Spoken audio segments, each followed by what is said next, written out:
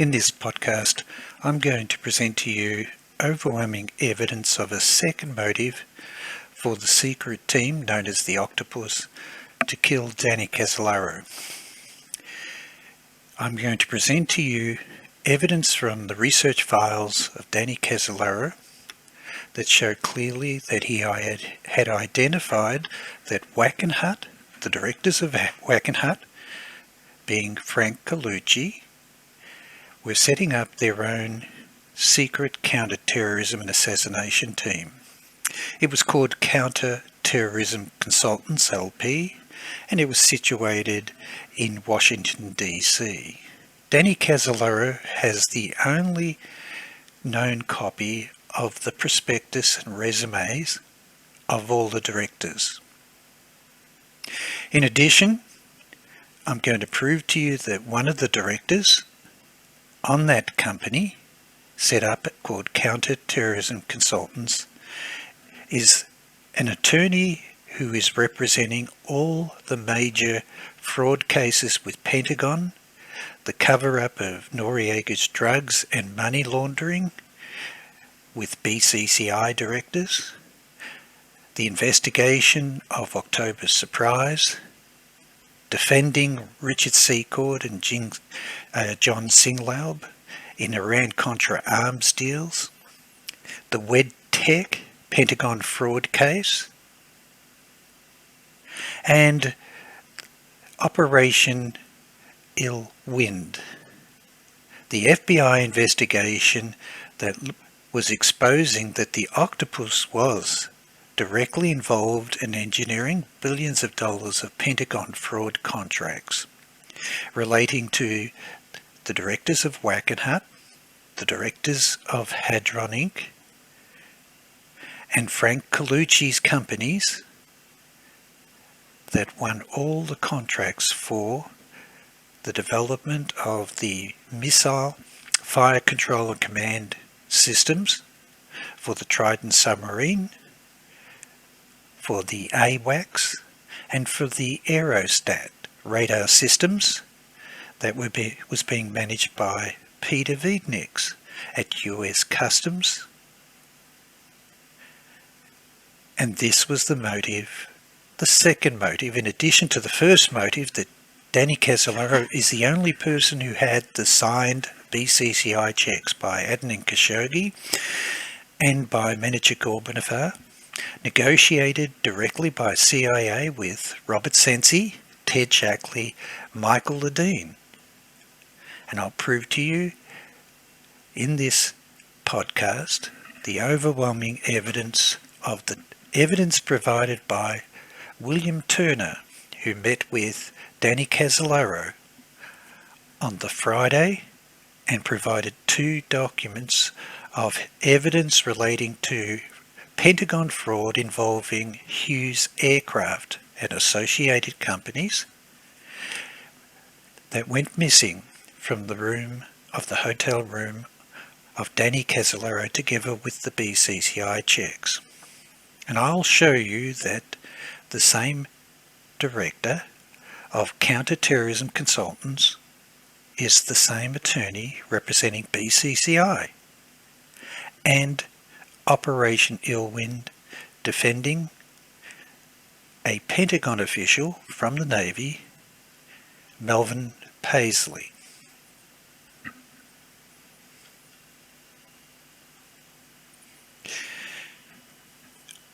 During my interviews with Jimmy Rothstein, he confirmed that he was appointed as an undercover investigator for the US Customs Department to investigate overwhelming evidence that Peter Videnieks had purged himself during Michael Riconsciuto's court trial in 1991.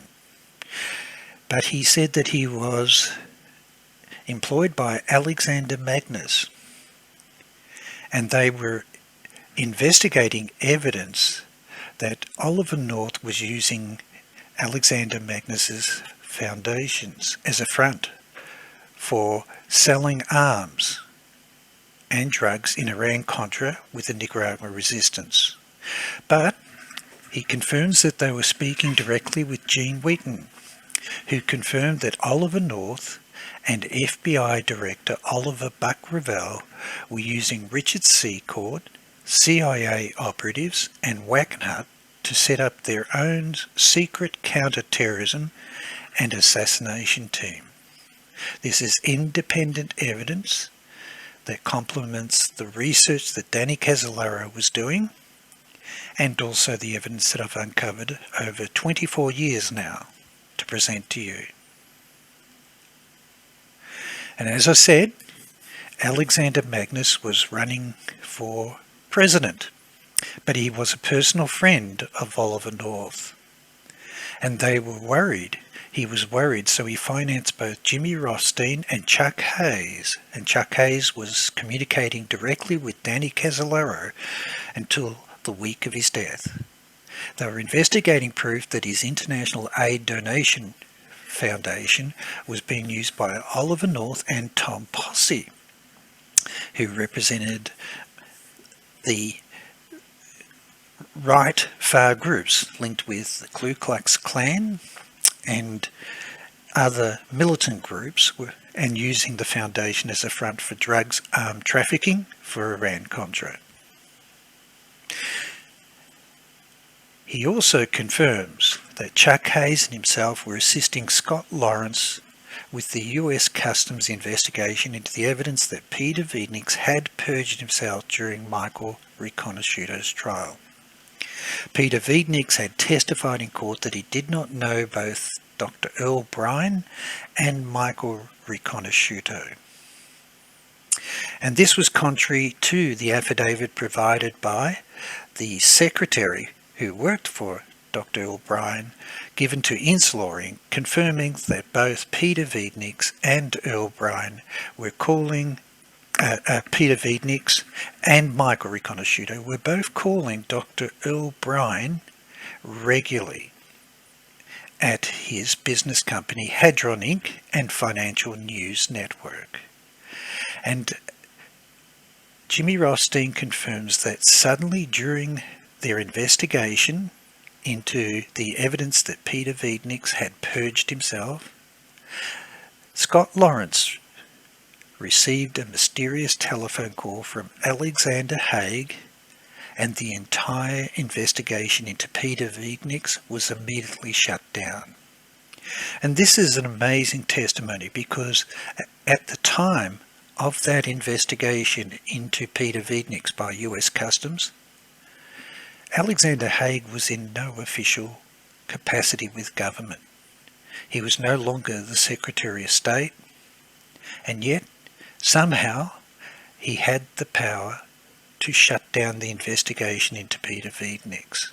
Michael Riconsciuto had testified in court that Peter Videnieks delivered the Inslaw Promis software tapes from Customs and from the Department of Justice to WACKENHUT research facilities for him to modify for Dr. Earl Bryan and CIA, and make modifications to the software for 2 applications. Independently, Gene Wheaton gave testimony about covert operation subculture, the pyramid system that goes way back to Watergate and Richard Helms, and talks about Ted Shackley, Tom Clines and Richard Secord, and a group of them being forced into retirement as a result of a scandal over Ed Wilson's training of Libyan terrorists in conjunction with the moving of C4 explosives to Libya. And Gene Wheaton states that Ted Shackley and Vernon Walters and Frank Carlucci and Ving West. Make a note, Ted Shackley, Vernon Walters, Frank Carlucci are covered extensively in my prior podcasts, looking at the 6I, and the secret intelligence international group being set up by Ted Shackley. And a group of these guys used to have a park bench meeting in the late 70s in McLean, Virginia, so nobody could overhear their conversations. And Gene Wheaton says they basically said, with our expertise at placing dictators in power, why don't we treat the United States like the world's biggest banana republic and take it over? And the first thing they did was to get their man into the White House, and that was George H.W. Bush. And so we have confirmation of the importance of Frank Carlucci, Ted Shackley and Vernon Walters as the lead players in setting up their own private CIA. And in addition to that, it was quite clear that George Bush was then appointed onto the most critical committee, and that was he was made Vice President, Task Force on Combating Terrorism and Large-Scale War on Drugs, with DEA and Pentagon and Customs. And this is critical to the evidence that I'm going to put forward to you, that Danny Casolaro was investigating the overlap between Pentagon, Customs, DEA, arms and drugs.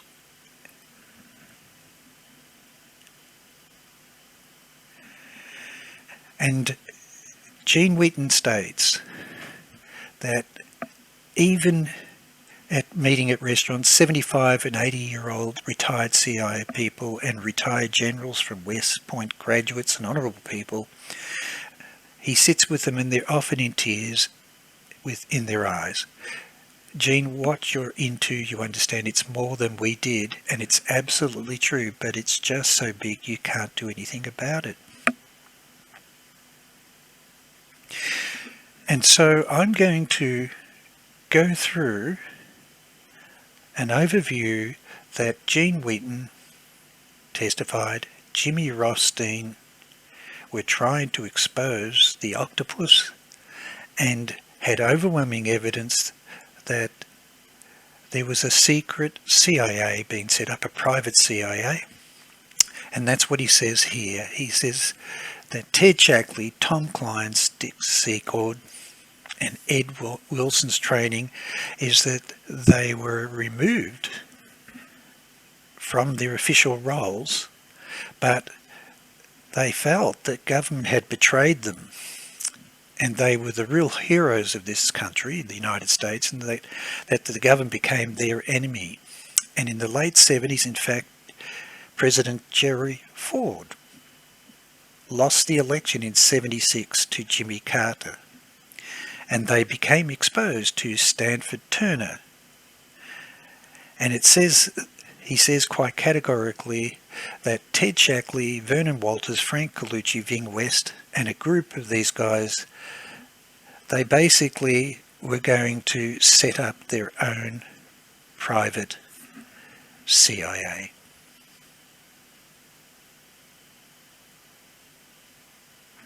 And so he talks about the overview of the Vice President's Task Force on Combating Terrorism, the war on drugs being set up in South Florida Task Force, and they could place their people in DEA and in Pentagon and in Customs to run interference for them in these large-scale international narcotics movements of narcotics money cases. And they got Bush in as their chairman of the committee to deregulate the savings and loans in 1983 so they could deregulate and steal $400 to $500 billion.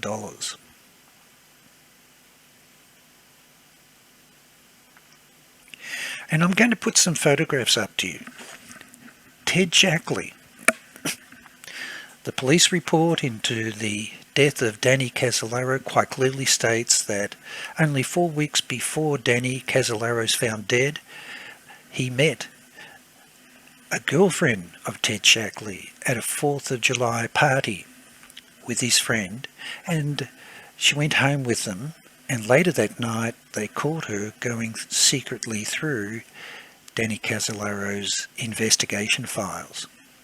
But I want you to have a look at the name of a federal prosecutor by the name of Lawrence Barcella, who was the key prosecutor for convicting Ed Wilson. over Eastco as a front for his arms smuggling, and was also accused of fraudulently billing the Department of Defence.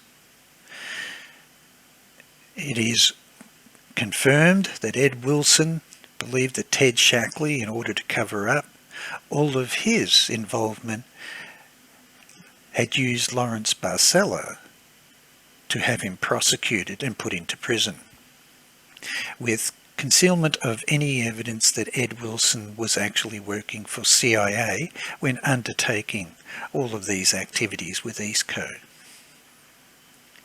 And so at the time, Ted Shackley claimed that he would have become CIA director if President Gerald Ford had been re-elected in 1976.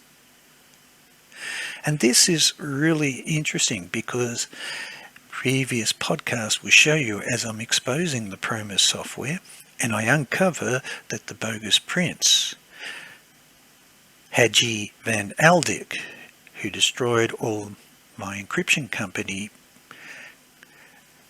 joint ventures with the Australian Federal Government of Australia and also with United Nations SEAL program, I had discovered was working with Leo Wanta in CIA, NSA Operation Steel Point for money laundering of gold bullion worldwide through Citibank and BCCI, using the Promis software, that President Gerald Ford comes to my rescue, offering to negotiate a $100 million settlement for me over the fraud case involving the Johns Hopkins institutions, Johns Hopkins Medicine, and also Johns Hopkins Applied Physics Laboratory, which becomes important for this evidence that I'm about to present to you. And so it is the involvement of Ted Shackley and Lawrence Barcella that I would like to bring to your attention in this podcast. I have drawn together an overview of the key people that Danny Casolaro was exposing. I'm going to present to you that the second motive to kill Danny Casolaro, in addition to the damaging BCCI checks, is that he had 2 folders of evidence provided to him by William Turner, who was an aeronautical engineer from Hughes Aircraft, in fact Hughes Training Inc. in Herndon, Virginia, provided to him, sealed, of evidence of cover-ups of Pentagon officials assisting Hughes Aircraft and other companies who were involved in billion-dollar fraud. Not only billing for services not rendered, but also cover-up of that there was serious malfunctions in the specifications of advanced technologies being manufactured by Hughes Aircraft that was putting American Armed Forces personnel at risk. The whole area was being covered up with the assistance of high-level Pentagon officials. And I'm going to prove to you the people that were involved.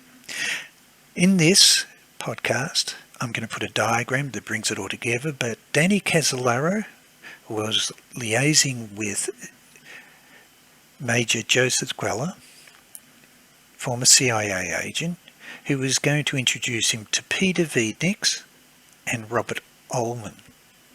That should be spelled properly, but Robert Altman. Attorney for BCCI. But this part's the next bit that's important. Danny Casolaro was investigating Frank Carlucci as director of WACKENHUT and of the Sperry Group. He also was investigating evidence that he had that WACKENHUT had set up a private, secret counter-terrorism consulting company with Duane Claridge and Lawrence Barcella. And I will prove to you that Lawrence Barcella was representing Melvyn Paisley, who was the key person involved in the cover-up and bribery and fraud involving all the companies for Pentagon contracts worth billions of dollars, and had secret bank accounts set up in Switzerland with Israeli generals. I'll also show you that Danny Casolaro was also holding a confidential memo relating to a $2 billion brokers of arms deal involving Oliver North, CIA, French intelligence, Israeli intelligence, and front companies in Singapore, all being set up for selling of missiles and weapons to both Iran and Iraq.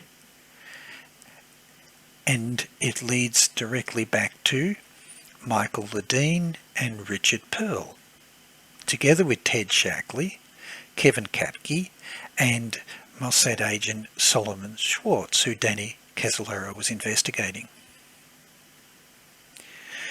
We have now got a link of Alexander Haig, not only intervenes to shut down the investigation into Peter Videnieks by US Customs, but his own companies were involved in Operation Illwind investigations for fraud and sales of missile technologies across to South Africa and through British companies. At the same time, Frank Carlucci, director of WACKENHUT and also Sperry Group, had won all the contracts for the development of the Trident submarine, missile, fire control and command systems that Michael Riconsciuto confirmed was the first application of the Promis software provided to him by Peter Videnieks to modify for Earl Bryan with Hadron Inc.'s company and subsidiaries, who also were working on the Trident submarine missile fire control systems with Johns Hopkins Applied Physics Laboratory. Also, I'm going to reveal to you that Peter Videnieks, in his testimony, said he didn't know Hadron, but the companies Universal Systems Inc.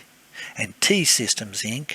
were subsidiaries of Hadron Inc. that had the Aerostat and radar tracking systems contracts with Customs, Coast Guard, US Navy for the big aerostats, and the company was called Airships Industry, and it was owned by Australian media baron Alan Bond. And I will present to you the evidence of Ari Ben-Menashe and Richard Babian of the payment of $6 million to Alan Bond for assisting with the shipment of the Promis software and also the TOW and Hawk missiles through Australian ports for Iran-Contra deals, paid by Earl Bryan Hadron Inc. and cleared through Robert Maxwell's company Pergano Press in Russia.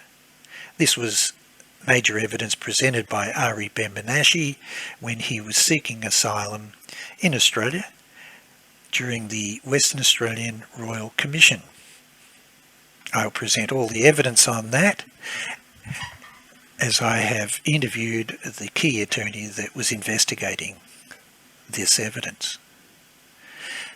Next, we have Lawrence Barcella and Melvyn Paisley, and it turns out I'm going to reveal to you the role of Lawrence Barcella.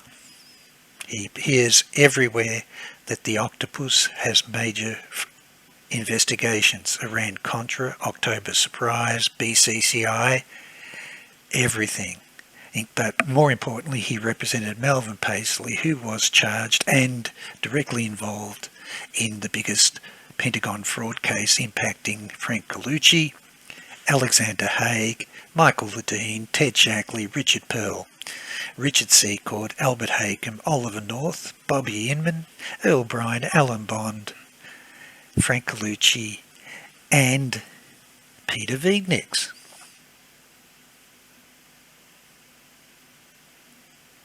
Just to remind you, Michael Riconsciuto clearly confirmed that the first application and the original client was NATO and the US Navy for the modified Promis software for tracking Soviet nuclear submarines. He even goes further and says it was integrated into the missile, fire, control and command systems of the US Trident submarines using VAX 117080 computers.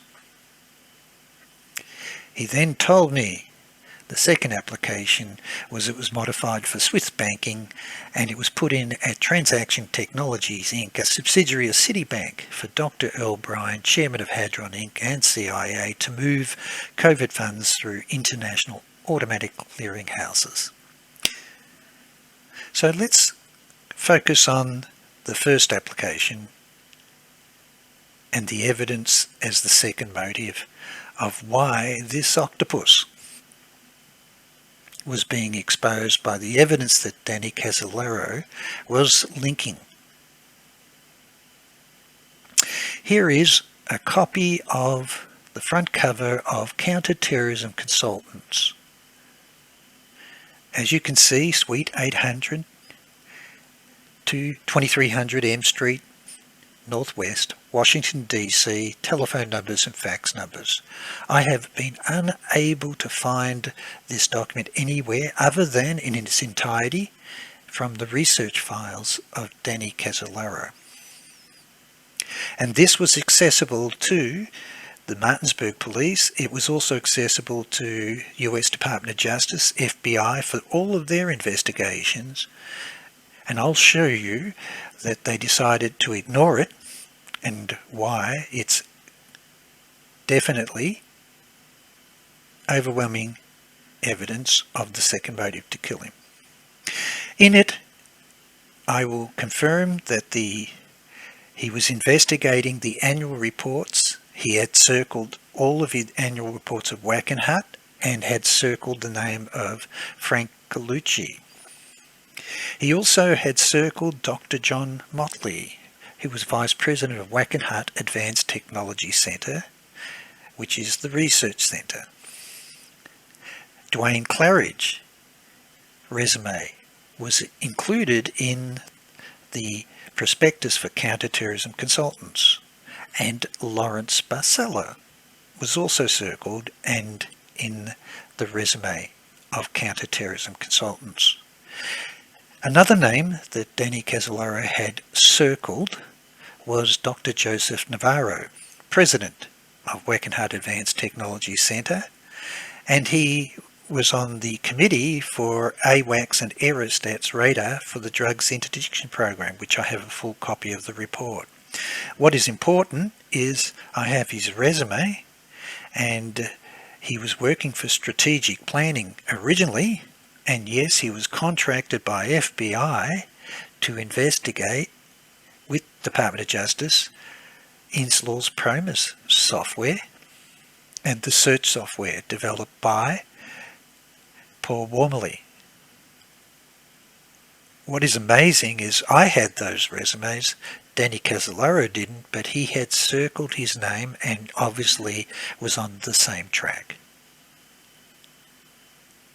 And this is what Danny Casolaro would have picked up. He was investigating the evidence that WACKENHUT, Hadron Inc. and CIA had stolen Inslaw's Promis software, and he also had the checks.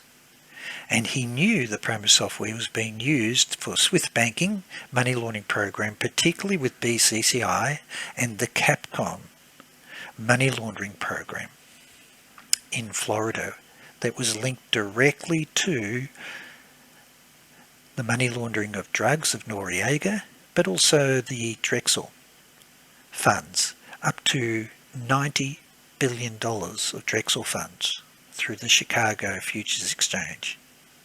And who was the lawyer who was appointed to defend BCCI? Lawrence Barcella. Danny Casolaro knew from that prospectus that Lawrence Barcella was the same attorney that was appointed to investigate the October surprise evidence that $40 million had been paid across for Ronald Reagan to be elected, involving the delay of the release of the hostages. He was also defending one of the key White House officials, which I'll present to you, in the WEDTech Pentagon fraud case involving the nephew of the Gambino Mafia. Also involved evidence linking to Edwin Meese, the Federal Attorney General. Lawrence Barcella was appointed to defend Richard Secord and John Singlaub when they were caught selling arms to the Iran-Contras. He was appointed to represent BCCI, yes, Noriega's Drugs, Capcom, legal case in Florida, and also the key witness who was willing to testify against Noriega, who decided not to once Lawrence Barcella was appointed as his attorney. But he also was appointed to represent Melvyn Paisley, the Assistant Secretary for the Navy, responsible for the biggest billions of dollars of Pentagon bribes paid to his own company accounts, in Swiss accounts in Switzerland, owned by two Israeli generals. And I'll just describe all this in diagrams for you. But the fraud included the awarding of the US Trident submarines contract for the missile fire control and command systems. That was awarded to all the companies, particularly Frank Carlucci's companies, the Sperry Group, Earl Bryan's group, Hadron Inc., Universal Systems and T-Systems, and it also involved the fraud include AWACS and Airship Industries contracts owned by Australian media baron Alan Bond, and the contract was being managed by Peter Videnieks.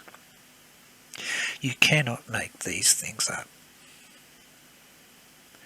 The evidence for the US Customs investigation that Peter Videnieks had purged himself, denied that he knew Earl Bryan, denied that he knew Michael Riconsciuto, denied that he had delivered Inslaw's Promis software takes to WACKENHUT for Michael Riconsciuto to modify for Earl Bryan, was shut down by Alexander Haig, who was also implicated in this fraud case with his companies.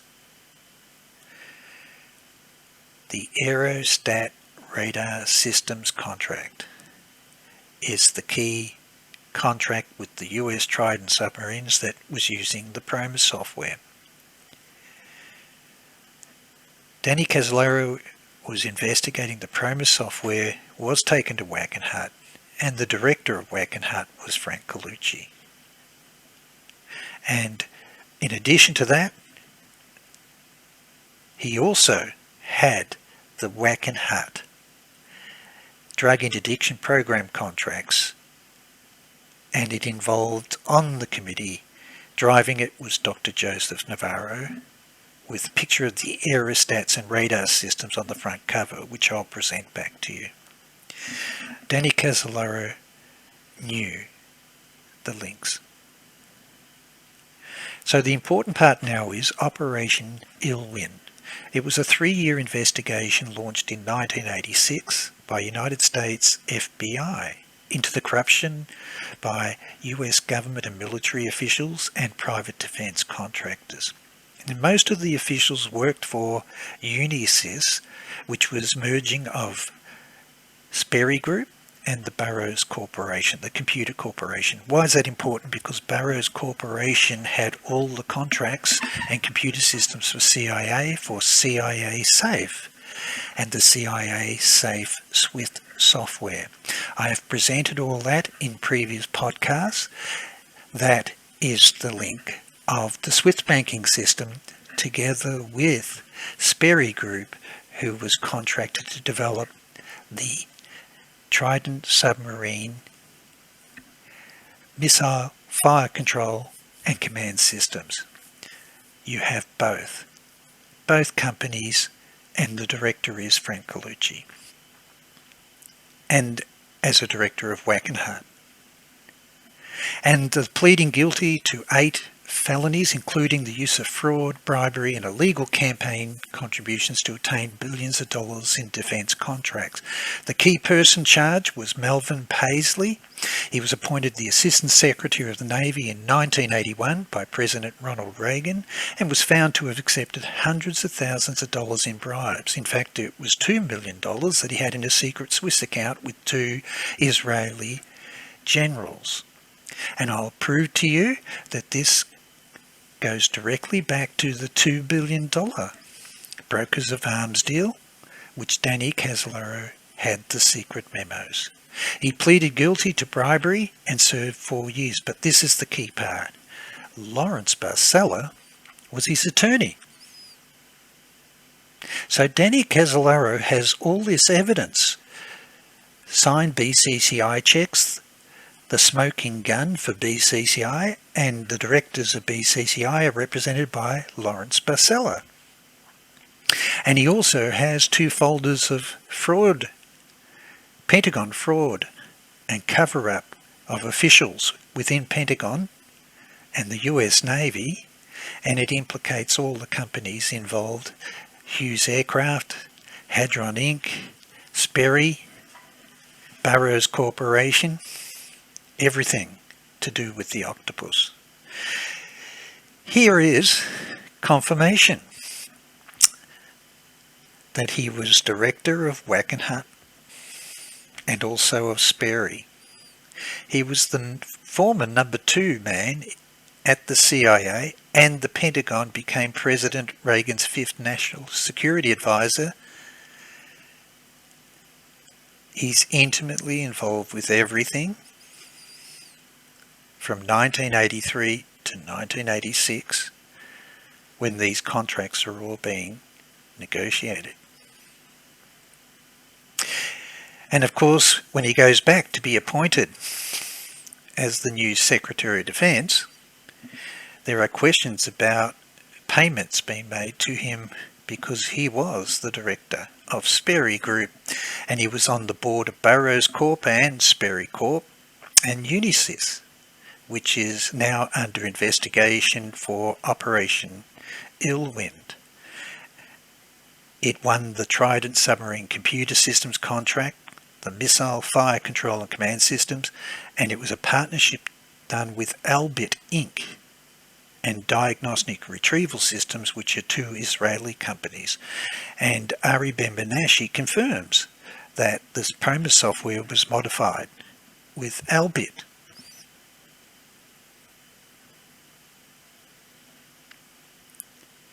The most important thing is that this is the smoking gun of Frank Carlucci. My previous podcast showed that he engineered the whole of the dismissal of the Gough Whitlam government and our Australian Federal Treasurer, Jim Cairns, with Robert Booth Nichols, Michael Hand, Ted Shackley, to set them up for the $4 billion loans affair back in 1975. And here he is, the key person, intimately linked to WACKENHUT, Promis software, and the key contracts of Burroughs Corp, Sperry Group, for the Swift banking, CIA safe Swift banking system set up on Burroughs computers, put into World Bank, IMF, Citibank, and the Trident submarine missile fire control systems that Michael Riconsciuto said were the 2 applications of the modifications that he made at WACKENHUT Research Centre for Earl Bryan and WACKENHUT.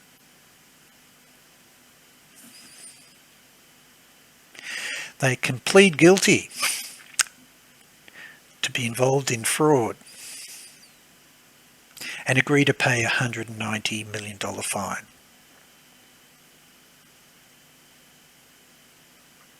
So let's now follow a little diagram that I'm going to put up for you.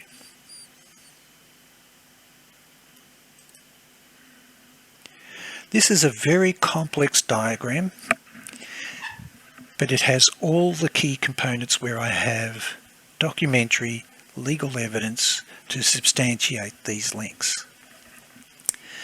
What I'm going to focus on to begin with is that William Turner, an aeronautical engineer working at Hughes Aircraft in Herndon, Virginia, met Danny Casolaro on the Friday, the day before, around 2:30 p.m.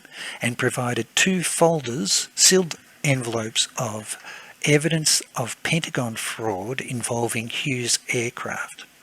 He gave them to Danny Casolaro in the car park at the Sheraton Hotel.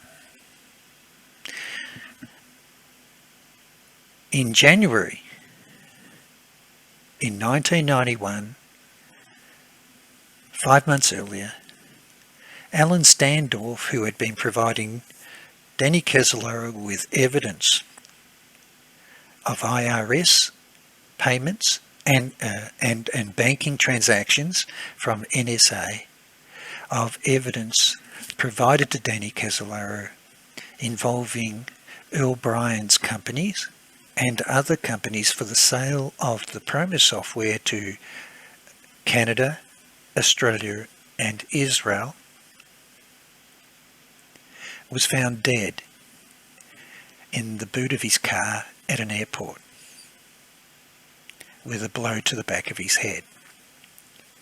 Danny had that evidence with the BCCI checks he had as well. Previous podcast, number 1, I confirmed that and showed the check signed by Adnan Khashoggi, manager Gorbanafar, that was never provided by the FBI, Department of Justice or the Martinsburg Police to Senator Kerry's investigation. That was the smoking gun that Senator Kerry's committee was demanding of Robert Altman to present the Monte Carlo payments and transactions of BCCI with Adnan Khashoggi and Gorbanafar for the Iran-Contra arms deal. Negotiated by Michael Ledeen, Ted Shackley, William Casey, Robert Gray, and supported and implemented by Robert Sensi working for CIA. What we're going to have a look at now is that William Turner was totally discredited. The police, Martinsburg Police, instantly, within days, discount that his evidence that he provided had any significance to the death of Danny Casolaro. Yet Danny Casolaro was being introduced to Joseph Queller, who's going to introduce him to Peter Videnieks and Robert Altman. And previous podcasts I showed that he was working for Business Risk International, whose directors were Don Walker and Frank Bonsall. Frank Bonsall, I have shown, was a director of Johns Hopkins Medicine and also former director of Alex Brown and Son with A.B. Krongard for Project Hammer, implemented in my fraud case in Australia. Business Risk International was contracted originally to Inslaw to investigate the evidence that their Promis software had been stolen by CIA and Hadron Inc. William Turner, I will show you, previously worked for Hercules Inc. And Michael Riconsciuto and his father owned Hercules Inc., which provided and manufactured the booster rockets, solid rocket systems for NASA and also for the nuclear missiles. Michael has categorically confirmed that there were 2 applications of the modified Promis software that he did at WACKENHUT, and while Frank Carlucci was the director. First application, Trident submarines for the missile fire control and command systems, and the client was going to be NATO and the US Navy. Second application was with banking, and it was initially installed at Citibank. I'm going to show you that William Turner was totally discredited and destroyed given the evidence he provided was significant. And I'll show you how significant that was. If we follow across the fraud case, here is Operation Ill Wind, Pentagon fraud. The key person is Melvyn Paisley, Assistant Secretary to the Navy, and the Secretary was John Lehman. They both worked and owned a company. In fact, John Lehman owned Abington Corp, which had employed Melvyn Paisley first and then appointed him to come across in 1981 to become the Assistant Secretary to the Navy, who is the key person being represented by Lawrence Barcella. I'll come back to Abington, how important that is, but Lawrence Barcella is representing the directors of BCCI for the Capcom, Drexel, Burnham, Lambert money laundering transactions and laundering of Noriega's drugs. He also is then appointed as the attorney to investigate any evidence of October's surprise. He also is the attorney appointed to represent Jose Blandon, who was willing to testify that Noriega was laundering the drugs with BCCI. Once appointed, Lawrence Barcella, Jose Blandon declines to give his evidence to the Kerry Committee. Lawrence Barcella is also appointed to represent Lynn Nofziger, White House official involved in the WED Tech fraud. And it turns out that working with Victor Castellano, who is the nephew of Paul Castellano leading the Gambino Mafia, that own Cabazon Casino. He was also directly liaising and meeting with Albert V. Carone and meeting at the home of Albert V. Carone with William Casey, William Colby, Michael Hand, Ted Shackley for the laundering of the drugs and arms through Nugan Bank in Australia. The WedTech scandal. Isn't it interesting that Lawrence Barcella is everywhere? And we're going to focus on the first part, which is Operation Whirlwind. But I'll just show you, he also represented the WedTech scandal, which involved Edwin Meese being exposed. Also, another attorney, Charles Hayden, who I will provide further evidence on, is representing Solomon Schwartz in the Iran-Contra arms and the $2 billion brokers of death deal. It happens to be the lawyer of the Prince, Haji van Aldik, who came to Australia and defrauded and destroyed my ventures, encryption ventures with the Australian federal government and with the United Nations SEAL program, and is part of Operation Stillpoint using the Promis software with CIA and NSA with Leo Wanta, and also Project Hammer. I'll come back to those later, but Lawrence Barcella is everywhere. He also represents Geomilitech consultants John Singlaub, Richard Secord, Oliver North, and also Robert Gray, who are caught up with the selling of automatic machine guns and paid for by BCCI. So he's involved in the Iran-Contra defence, the linking across with all the parties and same attorneys with the 2 billion brokers of death, which will be another big podcast that I'll do. But if we come down here, it turns out that Danny Casolaro, and I'll go through all this in detail, WACKENHUT is setting up the war on drugs program. Michael Riconsciuto is working with their research centre to modify, but Michael also owns Certec, which is manufacturing automatic machine guns with night scopes, and his partners are Albert Hakim and Richard Secord. And I have the full testimony, recorded testimony of Monty Alexander, who's the accountant for that company, who is a personal friend of Michael, confirming the legitimacy of this. But on WACKENHUT, we've got George WACKENHUT, Frank Carlucci, Dr. Joseph Navarro and John Motley, who Danny Casolaro is investigating, all of them. And I will show you that this prospectus that he's holding has the associates and founders are Duane Claridge, John Motley, Lawrence Barcella, Leo Cartner Cornick, Eugene Proper, Frank McNeil and Mayor Nadal. This document I will present to you in a complete detail.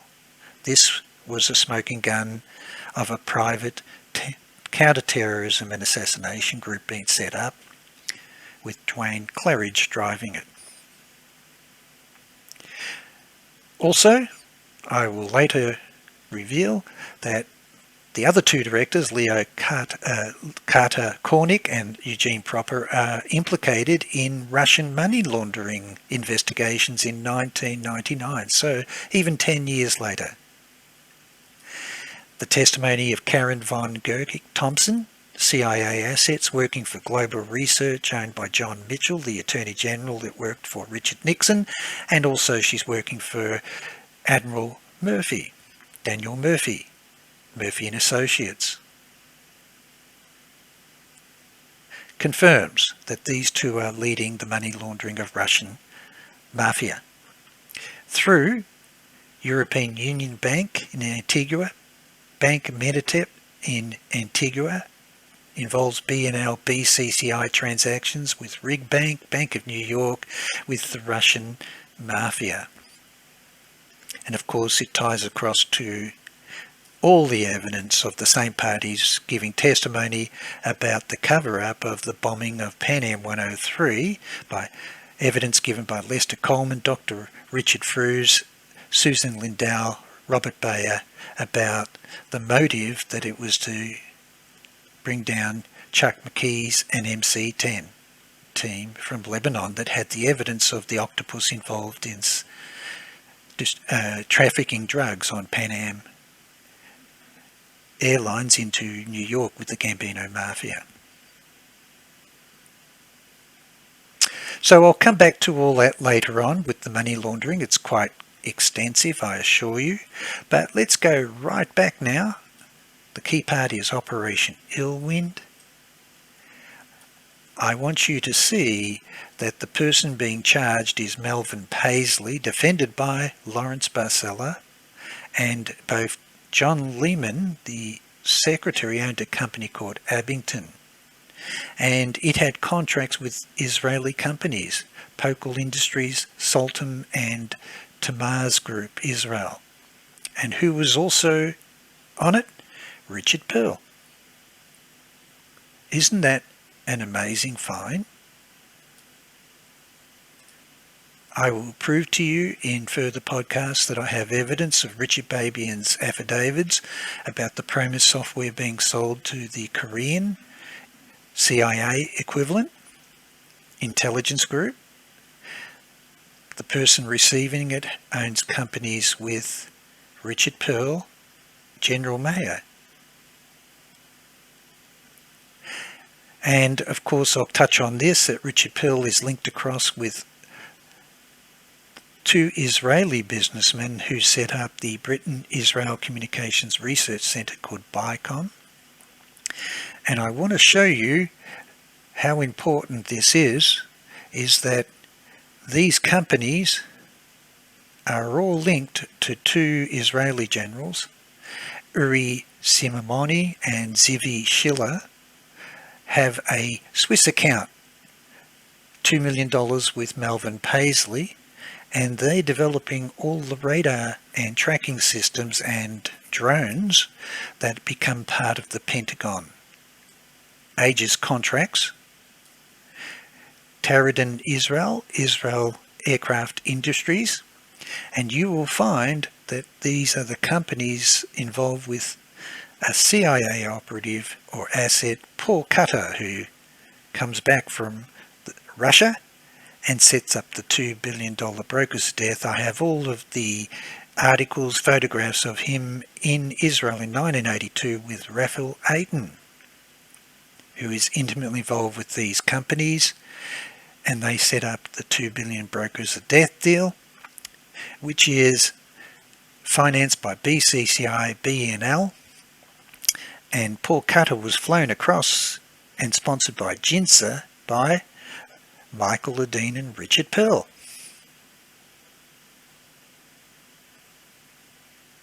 My previous podcast showed the relationships of Le Circle, particularly with Ted Shackley. Vernon Walters, Ted Shackley, Alexander Haig, Lucia Jolly, William Wilson, Michael Ledeen and Richard Perl.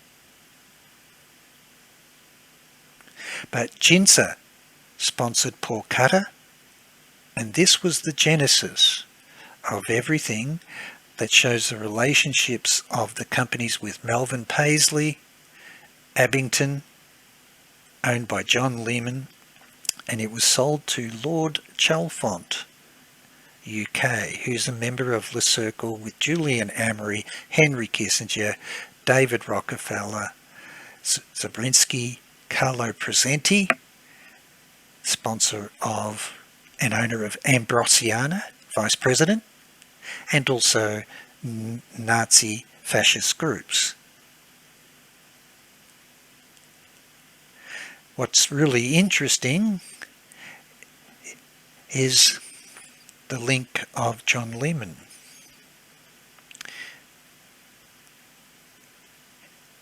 A relative of Princess Kelly sets up the Princess Grace Foundation with Prince Rania.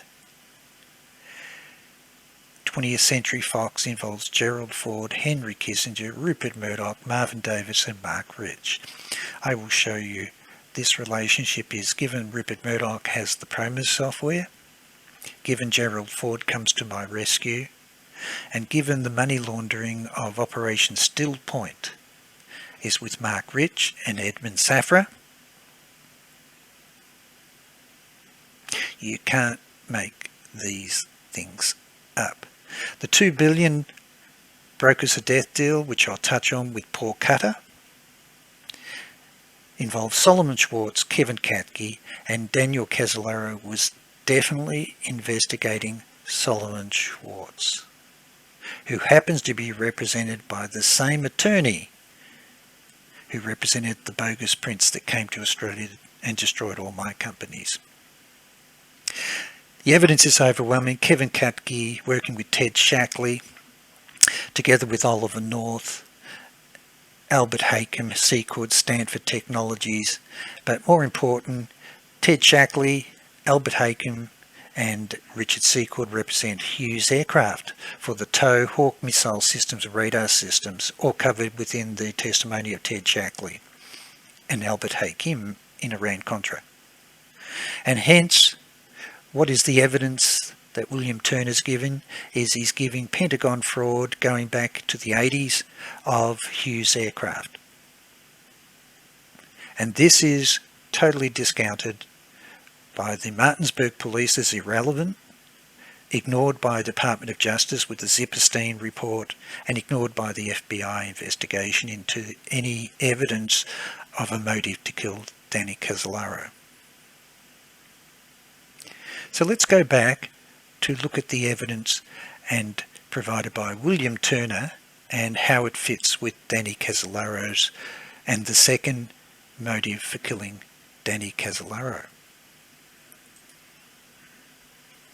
So now we're going to look at the role of Frank Carlucci, Duane Claridge, Lawrence Barcella, and the link in defending Melvyn Paisley, who is the key brains and appointment for all the Pentagon billion-dollar fraud, involving the Octopus companies in America and Israel, and the links to Israel come from Michael Ledeen and Richard Perl.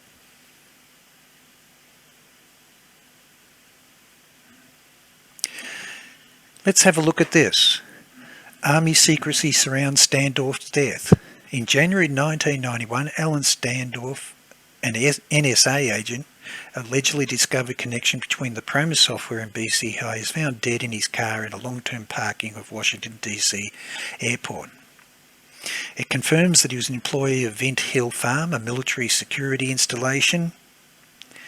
It says that he died of a blunt force blow to the back of the head and found under clothing in the back of the boot of his car. It was found parked at Metropolitan Washington National Airport, and Standorf's civilian job was to oversee security measures at Vint Hill, a listening post that would monitor radio communications from around the world. He had been providing evidence to Danny Casolaro. I now will go to William Turner. He's arrested and discredited 1 month after the death of Daniel Casolaro, after he's raising concerns that Danny Casolaro has been murdered. This seems to be a common theme. Any whistleblower, anyone that can provide, discredit them, discount their evidence. So let's have a look at this. Richard Turner was arrested after driving into Virginia. Turner was recently named in Washington Post as one of the last people to talk with Joseph Daniel Casolaro, the Fairfax freelance writer who was found dead with slashed wrists in a tub in his Martinsburg, West Virginia hotel room on August 10th. West Virginia authorities said Turner was the source Casolaro was planning to meet. Well, that's not true. The cause of Casolaro's death has been questioned by many, but authorities have ruled it as a simple suicide. This is the claim. The Gore branch of Dominion Bank was robbed Wednesday morning, and Turner was picked up for questioning about 90 minutes later. On Wednesday evening, after investigators studied photographs taken during the robbery by a bank camera, they decided they had reasonable cause to arrest Turner, said Frederick County Sheriff Captain Gil Barrington. Turner was charged with 1 count of bank robbery, he said.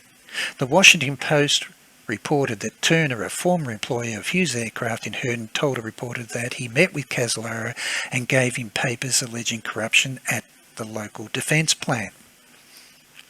This is really interesting stuff. Well, in 2008, I collaborated with Canadian investigative journalist Gordon Savell, and we interviewed William Turner. He said that apparently they had a video and photographs of him running away after a bank robbery. Eventually it was dropped as he has a prosthetic leg and he can't run. Isn't it interesting that this happens 1 month after Danny Casolaro's dead? Now this part's really good. The media, this is what the media tried to say about Danny Casolaro and to discount William Turner, to discredit him. Frequent drinking marked writer Casolaro's final days. I mean, this is August 25th. It's 15 days, 2 weeks after he's dead, and what are they saying? Martinsburg trip would help prove connection. Daniel Casolaro told his brother Anthony Casolaro and others a source there would help him break open the case, he told them. William Turner, a Virginia-based engineer, said he met Daniel Casolaro and gave him a sheath of papers alleging corruption at a local defence plant. If he was the source Casolaro went to meet, Turner must have been a letdown. Don't you just love the way that's been written in 2 weeks? His material related only vaguely to Casolaro's probe. Well, given that it was missing, the 2 envelopes are missing, and the checks are missing, and his briefcase is missing, how do they know what's in the envelopes? to be able to write that, according to the description Turner gave the Washington Post. Anthony Casolaro thinks his brother went to Martinsburg to meet someone in addition to Turner. Well, that's correct. But West Virginia investigators said they have been unable to identify any other contact Casolaro had there. Isn't that interesting? Unable to finish their investigation, but they're discounting and discrediting William Turner, the last person to see him. And it goes on to say that Casolaro's visit came about 2 p.m. on Friday when he spoke with William Turner. William Turner, an engineer and former employee of Hughes Aircraft in Herndon, said in an interview he met with Daniel Casolaro in Sheridan parking lot because Daniel Casolaro feared his room was bugged. The two were acquainted for about a year and had met a couple of times before, Tony Casolaro said.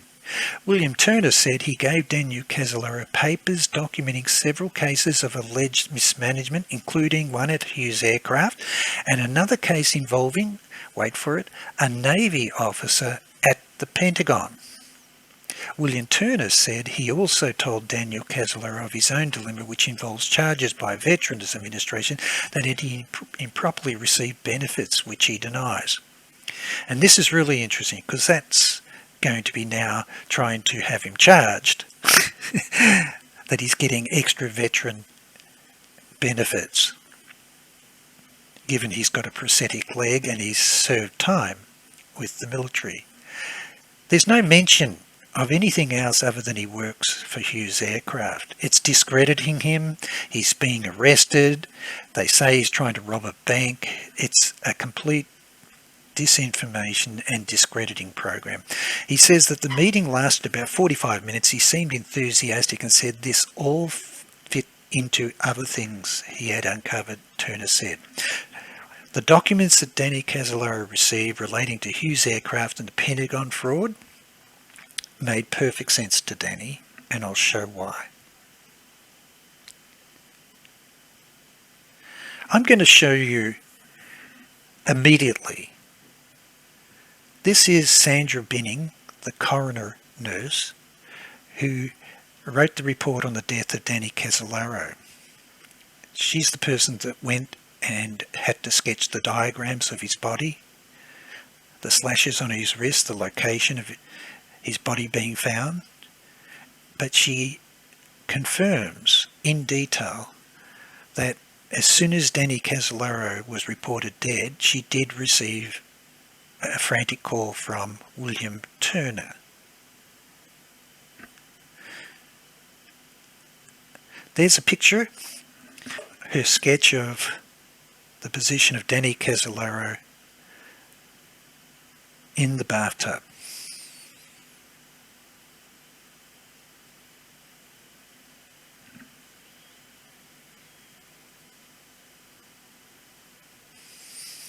She also confirms in her own handwriting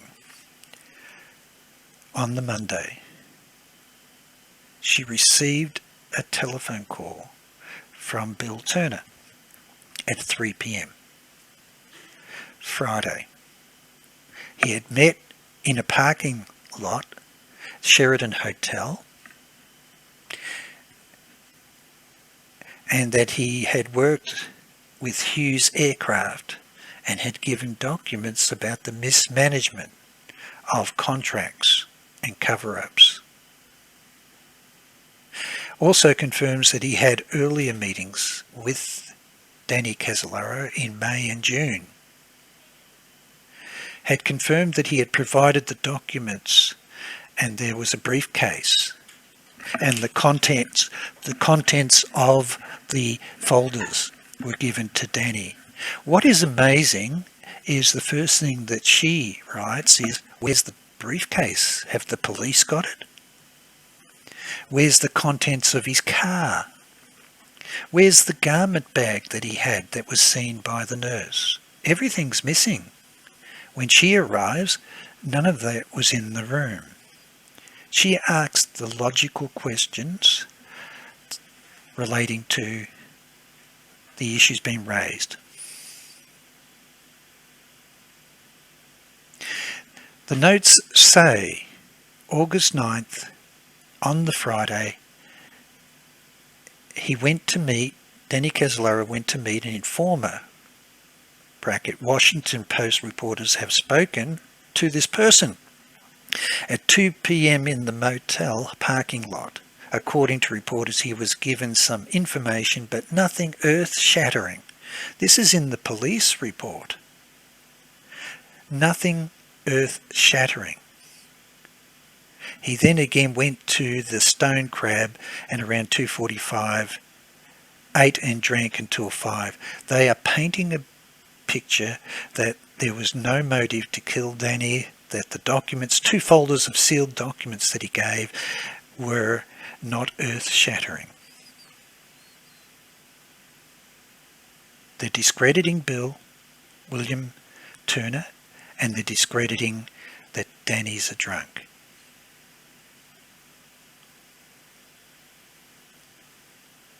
It also says that the informant was William Miller, but it's not, it's William Turner. This is from the police. He works at Hughes Aircraft, and his information had something to do with mismanagement of funds at various plants, defence plants, and named officials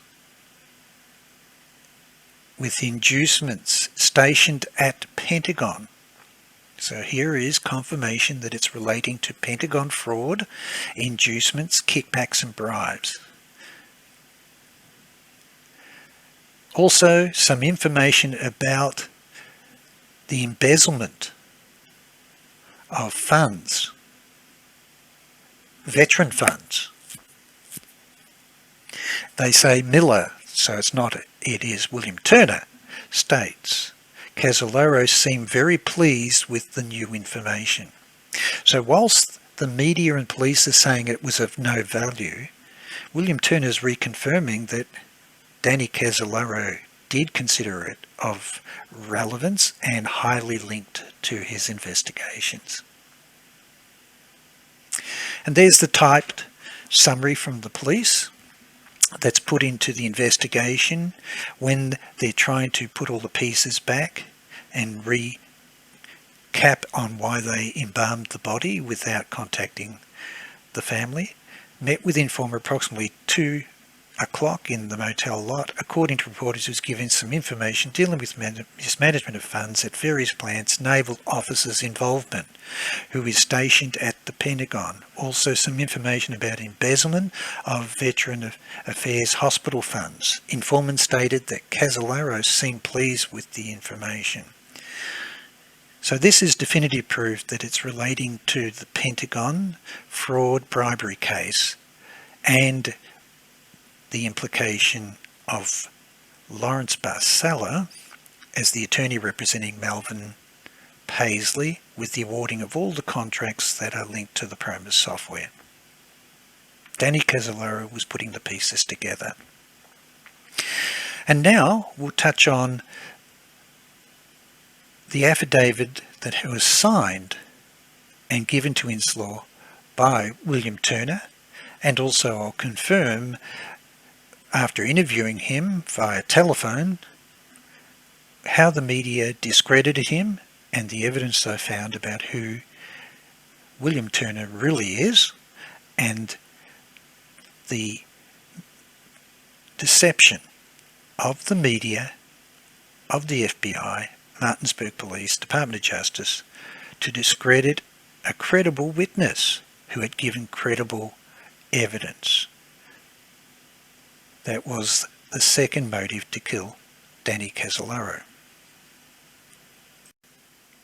And so let's have a look at the testimony of William Turner. Given that he provided 2 packages of sealed documents relating to fraud at Pentagon involving Hughes Aircraft and other companies, and the specific mention of the involvement of naval officers who are behind all of this fraud. It turns out that August 27, 1991, an article written, Casolaro's source, charges government procurement scandal. So we have confirmation that the evidence that he provided to Daniel Casolaro that complemented all of his investigations into the research that he's doing on Frank Carlucci and other directors of WACKENHUT, and particularly relating to the setting up of a secret, private counter-terrorism consulting group and assassination team, as indicated by Gene Wheaton. It says here that Bill, the mysterious newsbite source who met with investigative journalist James Daniel Casolaro on the night before Casolaro's death in Martinsburg, has come forward on August 26 Inside Edition television show and discussed his meeting with Casolaro. By coming forward, Bill identified himself as William Turner, former quality assurance manager for Hughes Aircraft. I've actually located and will show you that there is a court case involving another employee of Hughes Training Inc., located in Herndon, Virginia, confirming that William Turner was employed as the quality assurance manager at Hughes Training Inc. In Turner's previous interviews with Newsbites, he had requested anonymity because of his commitment to Inside Edition, but what he said was the advice of counsel. We'll show that he actually was in contact with Bill Hamilton's attorney, Richardson, and Elliot Richardson, advising him to be careful with his testimony he's giving, particularly as he didn't trust what the Martinsburg police were doing with the investigation into the death of Daniel Casolaro. And I'll prove to you that given that within less than a week the Martinsburg police are discounting William Turner, that he has nothing of significance was given to Danny Casolaro, given that the briefcase is missing and 2 folders of documents missing, and the checks, the BCCI checks, are missing. They're downplaying it, and I do not understand why they're discounting a witness who's actually with Daniel Casolaro, the last person to be seen with him, confirming that he gave damaging evidence relating to what was under investigation by the FBI. And this is the part that doesn't make sense. I'm going to show you that the FBI had launched a major investigation called Operation Ill Wind, which was looking into billions of dollars of fraud involving Hughes Aircraft and Sperry Group, owned by Frank Carlucci. And given the history of Hughes Aircraft, founded by Howard Hughes, linking back to Robert Mayhew, George Pender, with Fidco, with Robert Booth Nichols, this will prove there was a second motive for killing Danny Casolaro, in addition to the BCCI checks. But his allegation is that Hughes Aircraft, with the assistance of the US government personnel, has covered up the deliverance of systems for military use that were below procurement specifications. And this is an article dated March 9th, 1990, the year before. Hughes Aircraft pleaded guilty on having access to secret Pentagon documents, and it was uncovered during Operation Undercover and Operation Ill Wind. Hughes Aircraft pleaded guilty to 2 criminal counts and was ordered to pay $3.67 million in fines and penalties for illegally using secret Pentagon planning documents. Hughes, the nation's 5th largest military contractor, pleaded guilty to 2 counts of conveyance without authority, and it was accessing those documents secretly to give him the competitive advantage for bidding for billion-dollar contracts. The document called a 5-year defence program was given to Hughes by Frank J. Caso, a former employee. The government said that from 1978 through to 1985, Hughes acquired copies of a wide range of secret Pentagon documents from employees of other defence contractors. The pleas are part of a grand jury investigation into the illegal inside information ring that funneled many of the Pentagon's budget secrets to the leading defence companies. The government investigations, dubbed Operation Undercover and Operation Illwind, at one time focused on the activities of more than a dozen large defence contractors. So here we have evidence that FBI and Department of Justice knew about this, and Hughes Aircraft pays a small fine of $3.67 million of penalties. But Bill Hamilton had further evidence, given that it was covered up. And so it's got here that basically in the investigations, it was poor, shoddy workmanship, but it was serious. 3 years ago, military officers began warning Hughes Aircraft Company that the missile plant outside Tucson was badly managed, that costs were too high, and most important, the workmanship was becoming dangerously poor. But repeated complaints went unheeded for 2 years as Hughes executives concentrated on pumping out missiles to meet delivery schedules. Fearing the quality of the missiles was deteriorating to a point that they would prove unreliable in battle, only then did Pentagon run out of patience. In quick succession, in the spring of summer 1984, the military services said they would no longer accept missiles from Hughes until the company had corrected the flaws in their productions.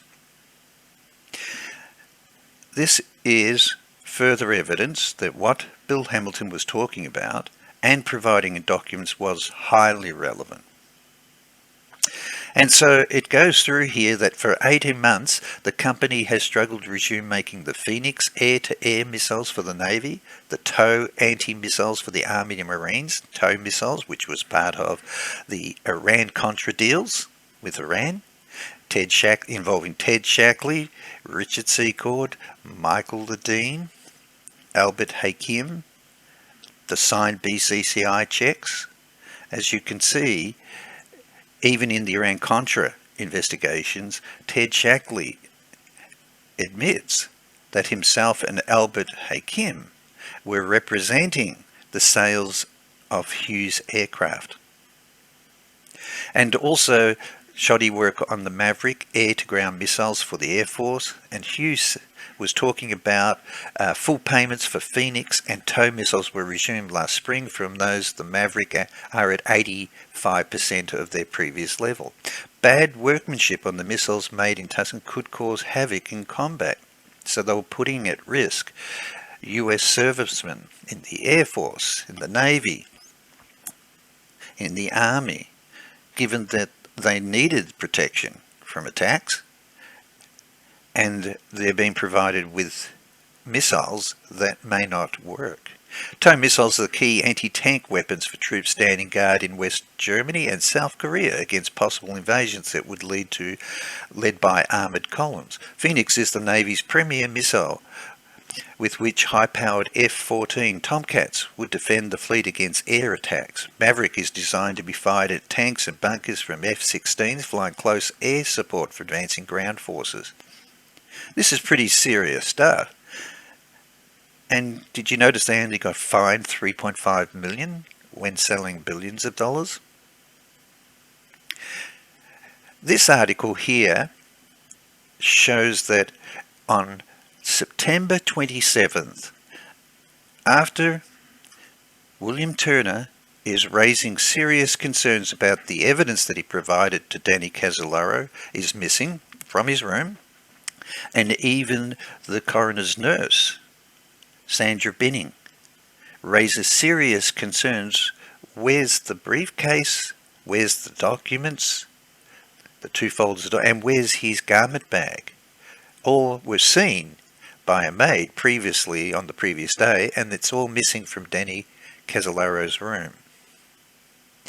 So this is the article. Dead reporter source arrested. Can you believe this? There's a murder investigation, i.e.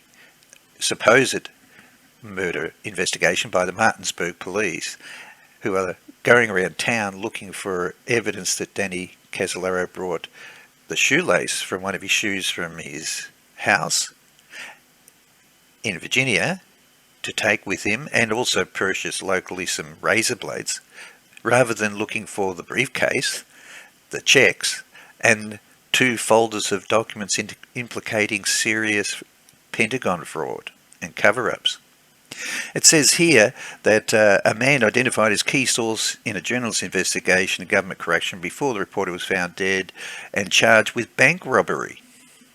So William Richard Turner, it's alleging here, was seen running away from a bank after a bank robbery, caught on camera. And it says here, on Wednesday evening, after investigators studied photographs taken during the robbery by a bank camera, they decided they had reasonable cause to arrest Turner, and Turner was charged with 1 count of bank robbery.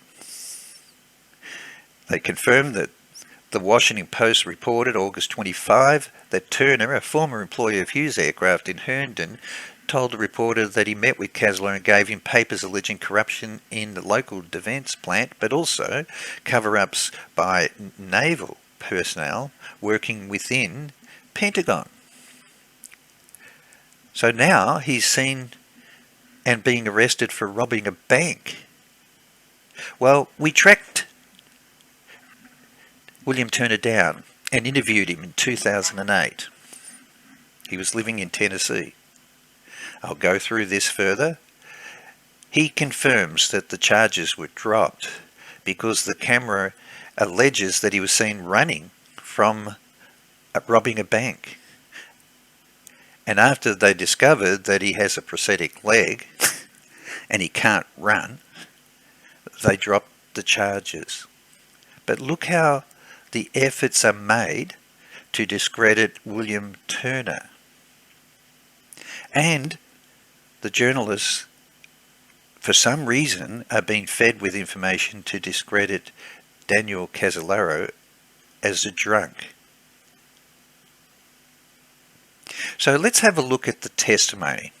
This is the testimony and affidavit of William Turner. Let's read what he says in his affidavit himself, signed, sealed, and delivered to Inslaw's attorneys. And it says, matters concerning Inslaw and Danny Casolaro. And he says, on August 9th, 1991, I delivered 2 packets of documents that I'd kept for Mr. Casolaro. Had delivered them to him at Martinsburg. Also included were documents relating to fraud at Hughes Aircraft.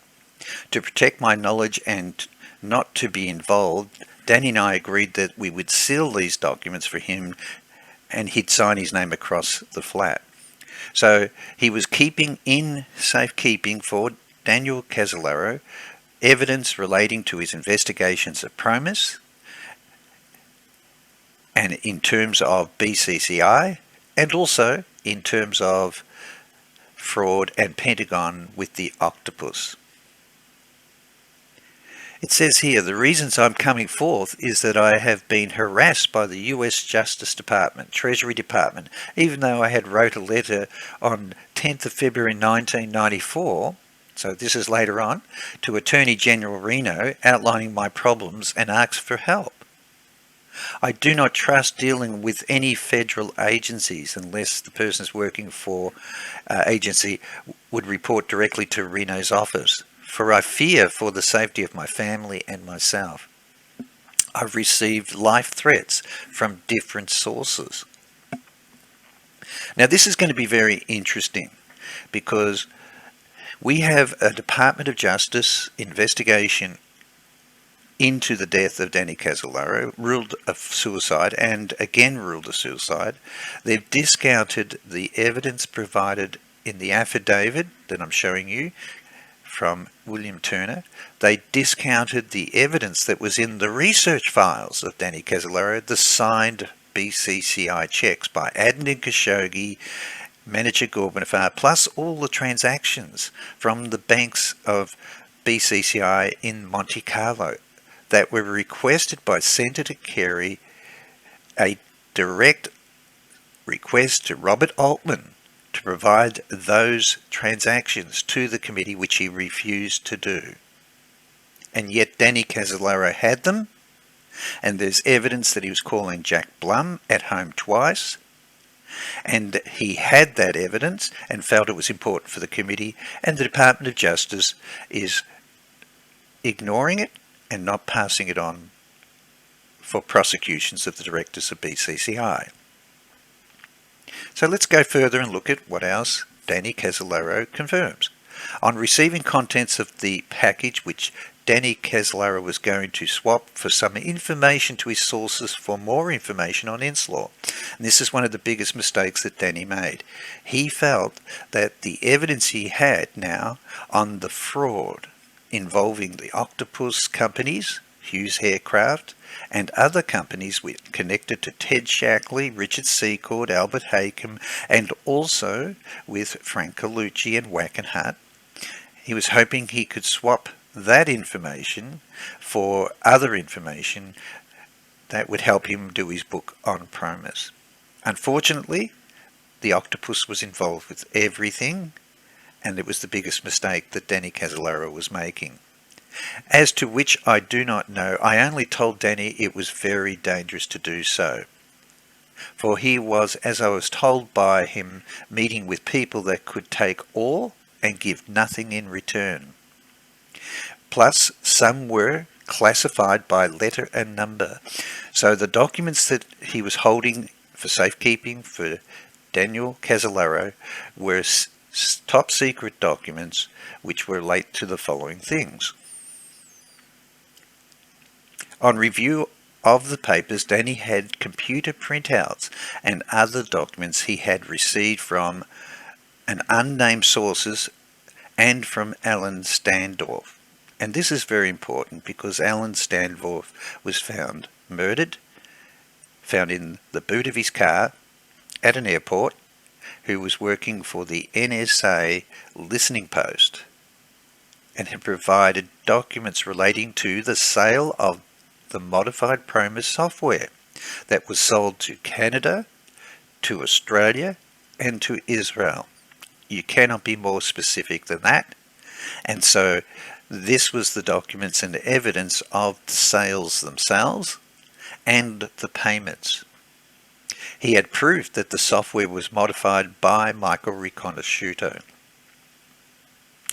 So my previous podcasts have shown categorically that the Promis software was modified, was renamed the Lean software, and then it was sold to the Australian government and independent of Michael Riconsciuto, given that I had worked for the company owned by Rupert Murdoch. I have all the evidence to confirm that the Lean software was sold to the Australian Federal Attorney General, ASIO, ACES, Australian Federal Police, and put into AUSTRAC. And it was also put into DSD, which is the military intelligence division that works with Pine Gap from the Australian perspective. But it was put into the banks to track all SWIFT banking transactions, and it was put in for intelligence. So the documents were clearly dangerous for Daniel Casolaro, as it was the evidence of the link back to WACKENHUT, because Michael Riconsciuto testified in court that the Promis software tapes were delivered to WACKENHUT Research Centre by Peter Videnieks. And we have now definitive evidence that Danny Casolaro was definitely circling and researching everything on Frank Carlucci as the director of WACKENHUT and Sperry Group, which I will prove to you, won the contracts for the development of the Trident submarine, missile, fire and control and command systems that were part of the Pentagon fraud investigations.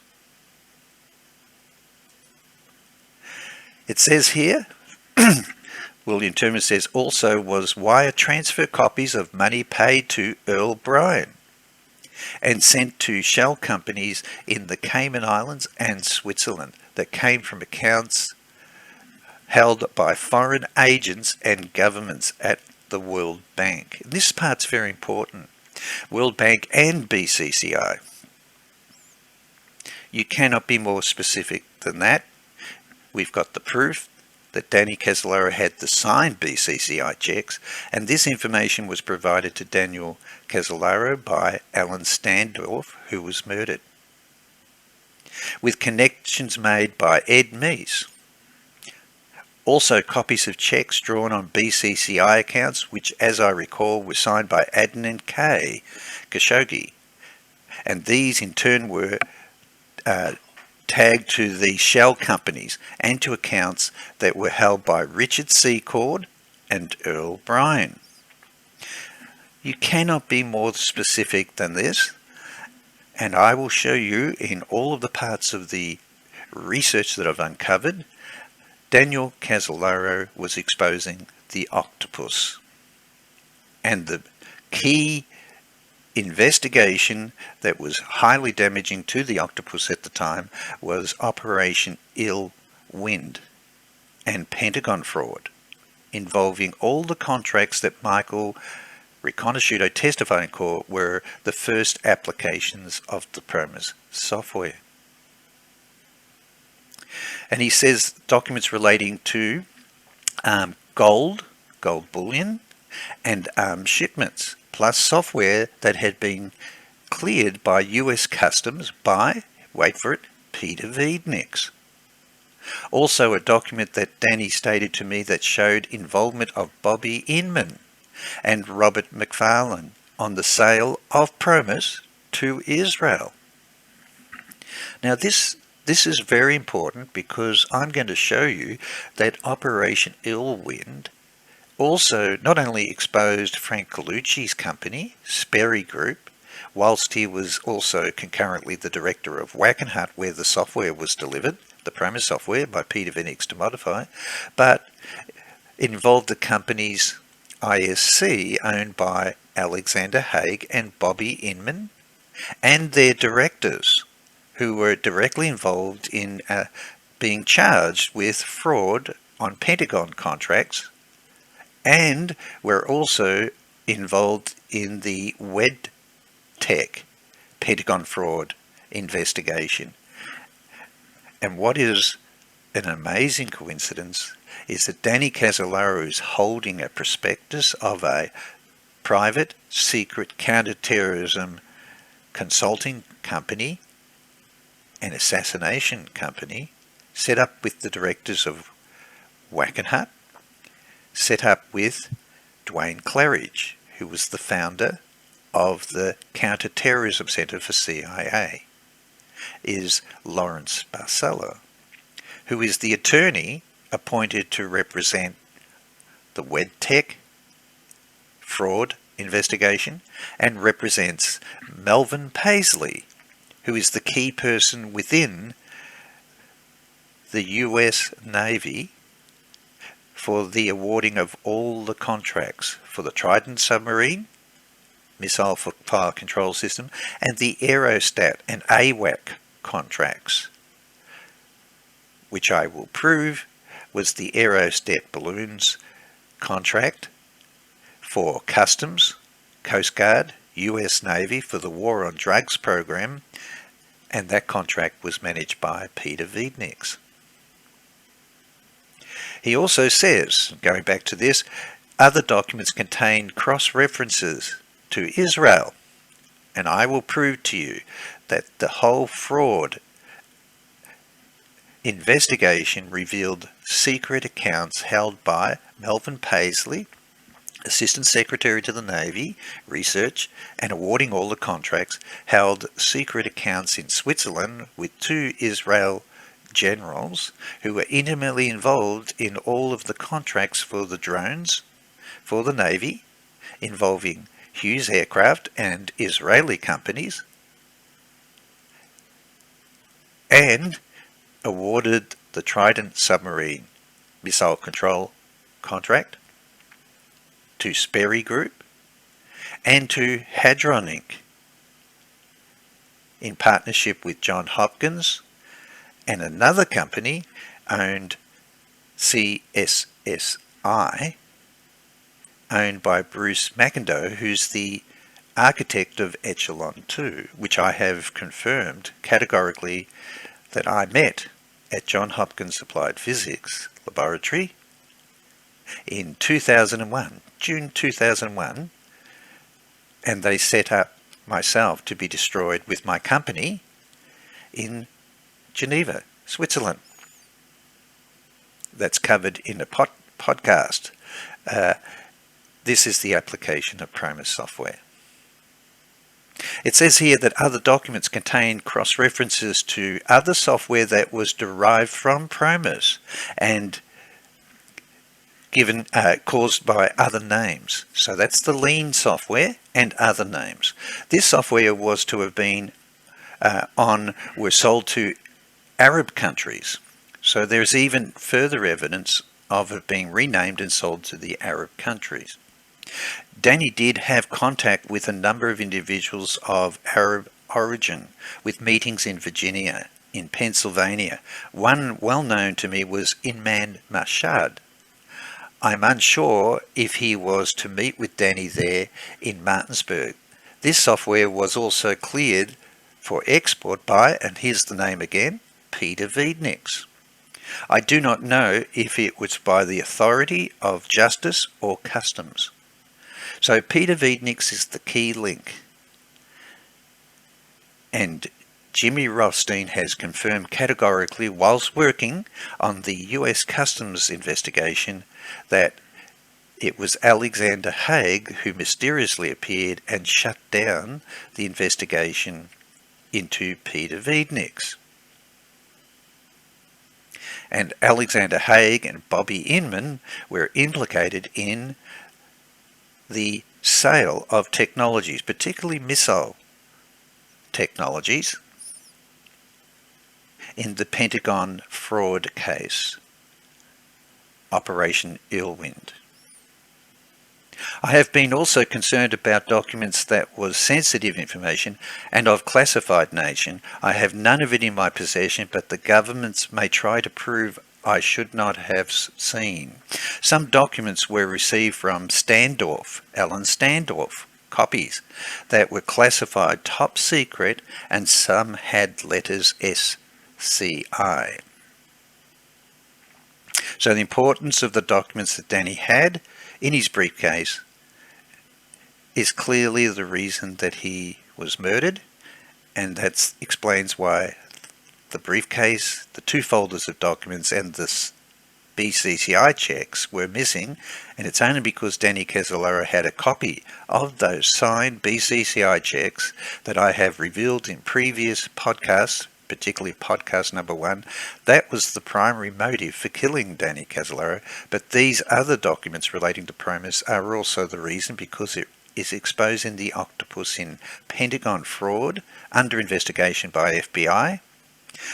And given that FBI investigated the death of Danny Casolaro and supported the evidence that there was no motive for killing him, yet it seems that it's known within FBI that the evidence that Danny Casolaro had was top secret and damaging. He says also documents relating to BCCI and important import-export documents, some relating to the shipments to and from Pakistan by air that showed approval by William Casey, and also with documents relating to these with the notices from Peter Videnieks. This is further evidence that Peter Videnieks was the linchpin and the weakest link for the customs investigation that was going to blow open, that he had purged himself during Michael Riconsciuto's trial, that he denied that he knew Earl Bryan or Michael Riconsciuto, and that was contradicted by the secretary of Dr. Earl Bryan, where she testified in her affidavit, and I'll show you in our podcast coming, is that she confirmed categorically that both Michael Riconsciuto and Peter Videnieks were calling Dr. Earl Bryan at his office at Hadron and Financial News Network all the time. William Turner also says some documents relate to first American bank shares, showing monies paid to US officials in Justice and Treasury. Danny also had names of people in Customs and at the IRS that had been paid through First American from BCCI, and also accounts tied to the CIA, NSC, and the DIA. Now this part's very important because 1 week before Danny Casolaro is found dead, murdered, the auditors of the Bank of England and BCCI in London confirmed that they've got the names of officials in Justice and Treasury and IRS and senators, congressmen, who are on the payroll of BCCI. And apparently this evidence that was being sent through Customs disappeared. It was being sent across to to Senator Kerry's BCCI investigation committee. It just disappears. Now, that seems unbelievable, because why would they only send the only copy that they've got? You would believe that they have backup copies, given the importance of that. Isn't it interesting that all through the Senator Kerry's investigation, you've got CIA directors or acting director at the time testifying that he has checked all records of CIA and they can find no references to any links of CIA with BCCI. And yet, Danny Casolaro, through Alan Standorf from the Listening Post, to intercept all communications internationally by banks, government officials, all overseas interceptions, had uncovered the transfers and given them to Danny Casolaro. And Alan Standorf is found murdered.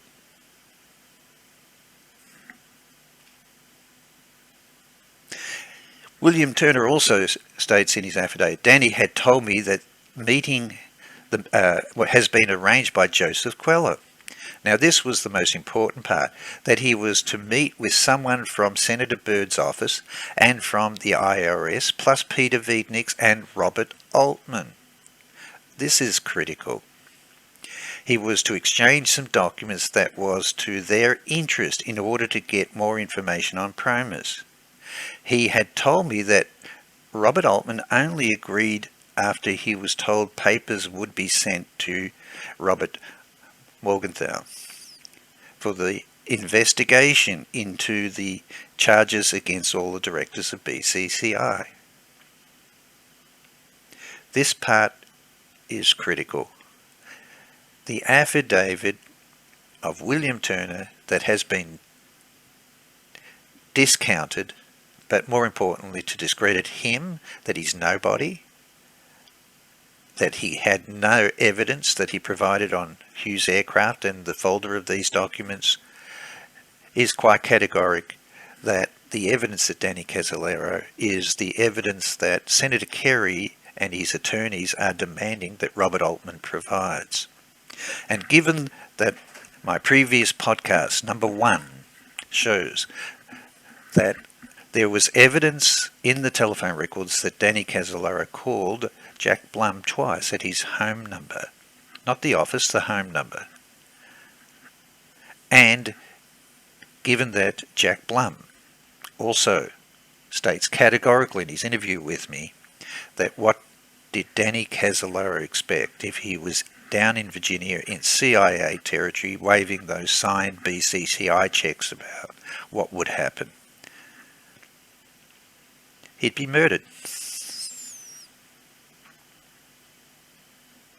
He also says, I also know that Danny has been in West Virginia the week prior to his death, and it was assumed by me that as a result of that meeting, that certain papers and documents that I would have been needed. When Danny asked for these documents, I delivered them. I do not know if Danny had other copies of these documents. I do not know, and I could identify it if I saw it again. Well, thank God that Danny did have backups of the BCCI checks, the signed BCCI checks, because no one would know about that other than my podcast number 1, which shows the BCCI signed checks. Was the smoking gun that would have had all of the directors of BCCI charged.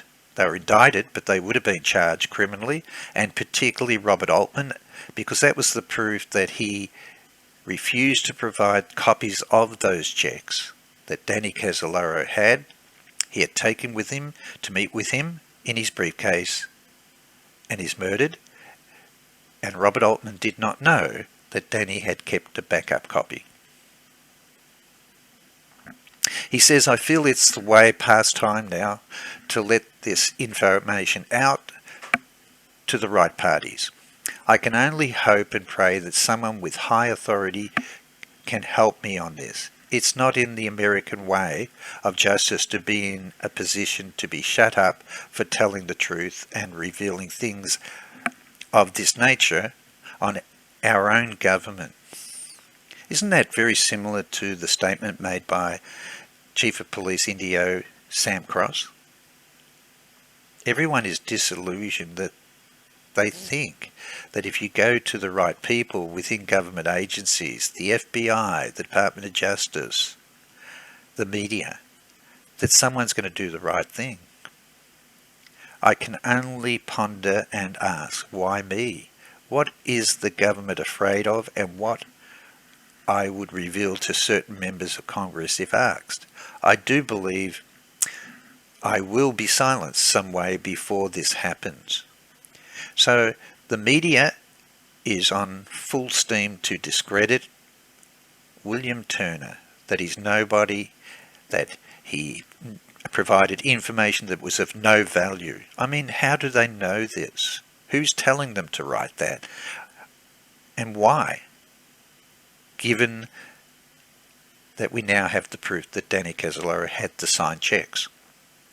And we've proven beyond doubt that the software, the Promis software modified, was renamed the Lean software, and it was sold to the Australian government by Rupert Murdoch's company, who had previously approached Inslaw Inc. to become the Australian and Asian distributor of the Promis software, and abandoned him in 1984, and yet sold the Lean software in 1987.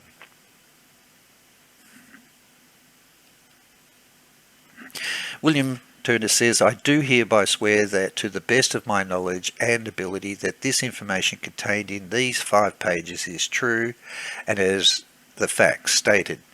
I also agreed to cooperate with any investigative branch on this matter if given full protection and immunity from the highest level of government and my rights restored as a citizen of the United States, not as an undermined citizen as I am classified.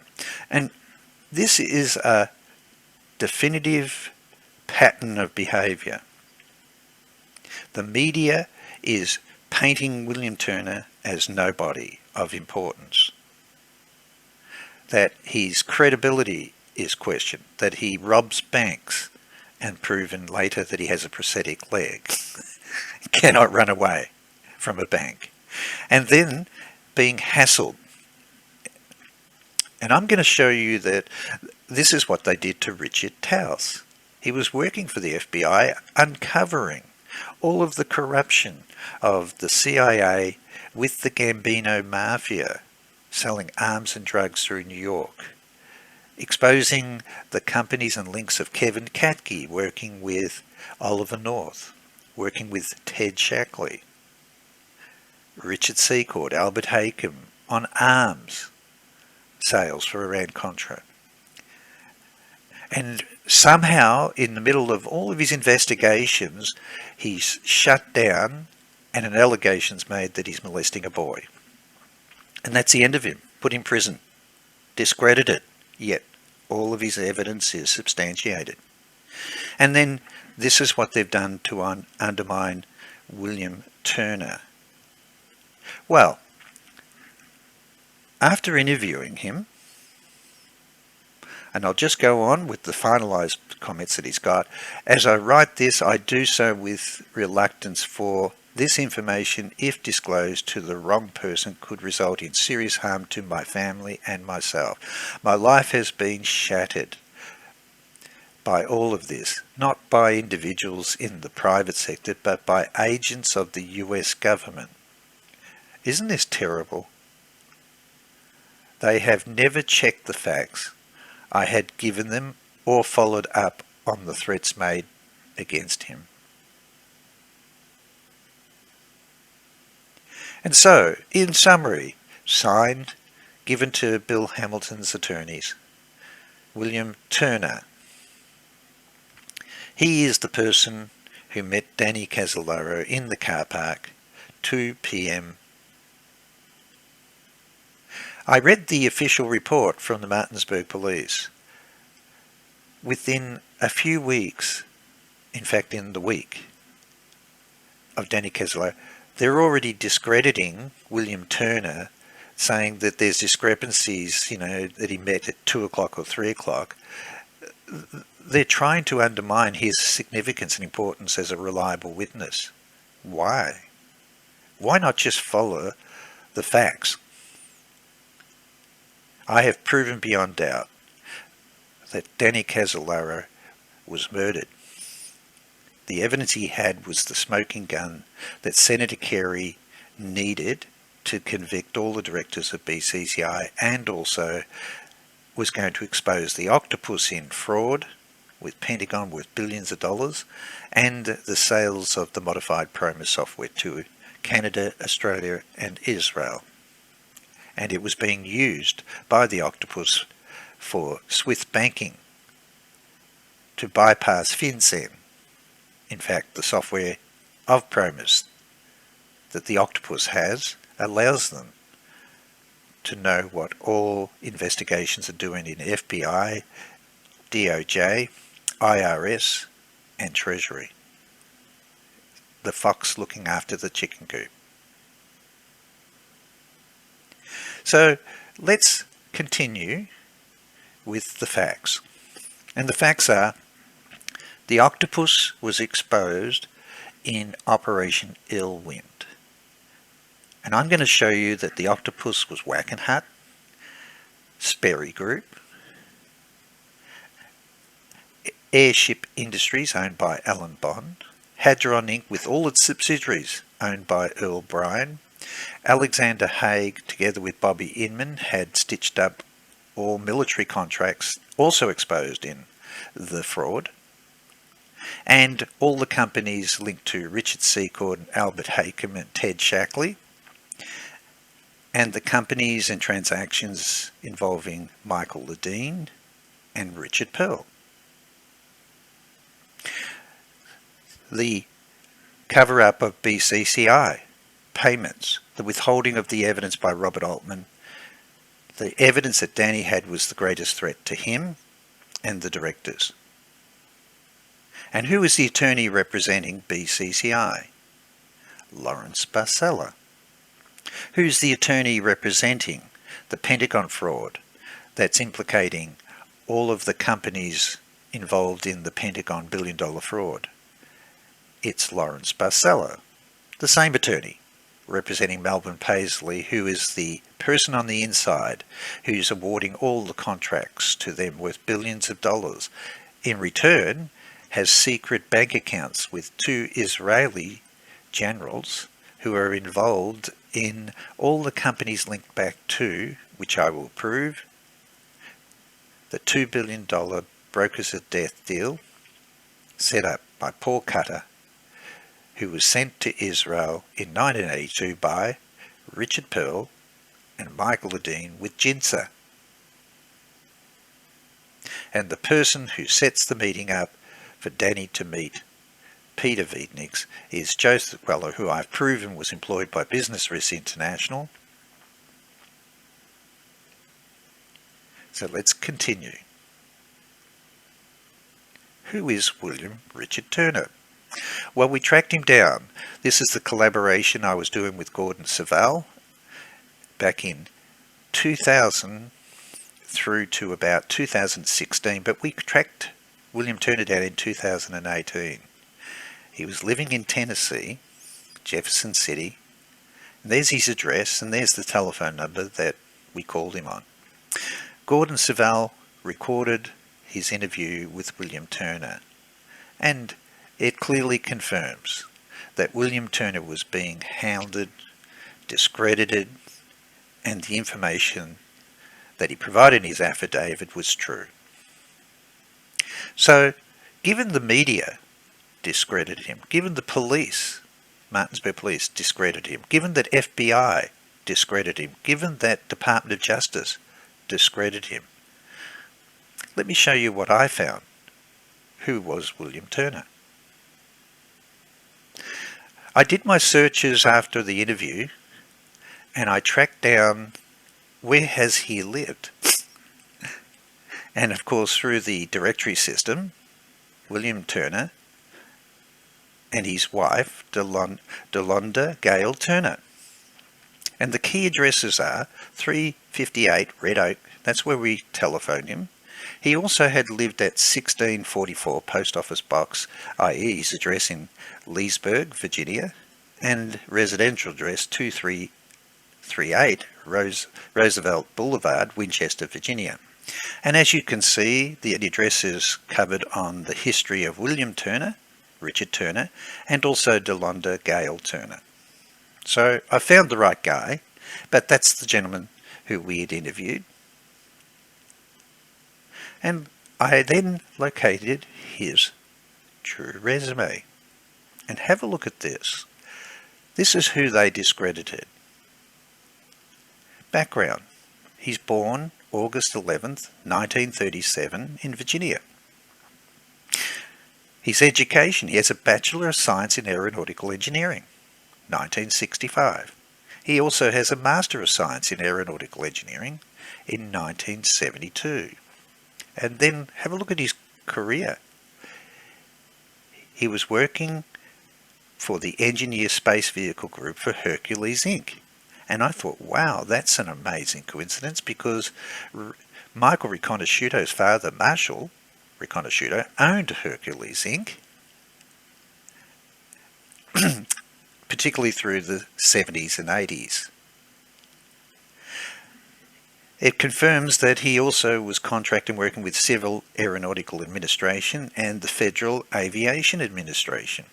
And here is the proof. He was a computer quality assurance engineer with British Aerospace Inc. in Herndon from 1984 to 1988. He also was Senior Fit Test Engineer for United States Navy, NATTC, 1988. He also was Manager Quality Engineering at Hughes Flight Simulations Operations in Herndon. Says that he was retired in 1990. And of course he then works as an aeronautica consultant, and he was also a member of a research advisory panel, the Aviation Week and Space Technology, New York City. They're pretty impressive credentials, but it goes further. He confirms what his achievements were. The integration standard of Central Air Data Computer for the F-14, A-6, A-4, F-4, S-3 aircraft.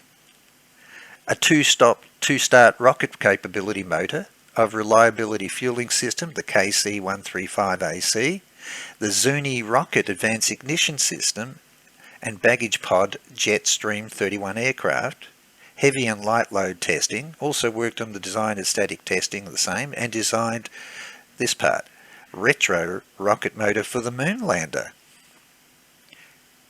This is not, to discredit William Turner destroy his career, hound him down. But look at this. He was a colonel, United States Marine Corps in 1954 to 1964, and also 68-71, with United States Marine Corps Reserve 1954 to 84, retired, working in Korea and Vietnam. He was also the chairman in 1988 of the member of the Society of the Flight Test Engineers. He was also working Association of Naval Aviation, United States Naval Institute, and he received a Distinguished Service Award in 1975 in ATC for the American Society of Quality Control. This is the person that they're discrediting. Let's go further. I found that when we interviewed him, he was confirming that he also was appealing the charges that were made against him. Eventually, what was he charged on? Well, they couldn't charge him on robbing a bank because the video and photographs of him, a person running away from the bank who they said looked like him, obviously didn't have a prosthetic leg. So they decided after raiding his house that he had some guns that were unlicensed in his safe. So they charged him on that. How desperate are they to get a conviction against our last witness with damaging evidence that provided on Pentagon fraud and knowledge of what Danny Casolaro had that got him killed? This is the charge. And so he was sentenced in July 1994 to 6 months confinement in a halfway house and followed by 3 years of supervised release. And that's it. A felon in possession of a firearm. They raided his house when we interviewed him because they feared that he had copies of the top secret documents. They had to have a reason to subpoena and raid his house. And whilst looking for those documents, they found an unlicensed gun. And that's what he was charged on. But this is what I found a few years ago. The poor man has been reduced to being charged with drunken under the influence of alcohol and confirms that he's a convicted felon for possession of an unlicensed gun, and even the judge is starting to feel sorry for the poor guy. 1 week later, he's charged with DUI after being questioned at a convenience store in Jefferson City. They're still hounding him down.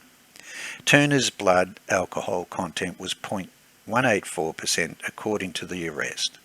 The federal judge deferred his ruling and ordered Turner into an alcohol rehab facility, but his late escapes with the law compelled Greer to impose a solution without further delay. Turner, an 81-year-old former Marine, lost a leg to amputation and is confined to a wheelchair. This is a grave injustice. Look at the credentials of the man. His credibility would not be questioned given what he has worked on, what he has done, and that was not covered in the media. Isn't it amazing that I'm putting into a podcast his true qualifications, his achievements in life, and the media was out to discredit him? So, I thought I'd do a further check. William Richard Turner, Jefferson. Bill Turner, 82 years old, celebrates his birthday. He was born on the 11th of August 1937. In the past, Bill has been known as William R. Turner, William Richard Turner, and other members include Delonda Turner.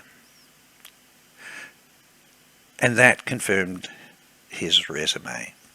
On his resume, not only did he have that he was a Colonel, United States Marine, 1954, United States Marine Corps, but he married Shirley Jean Schutz and divorced in 1969, and then he married Delonda Gale Fannin. So we have the same person.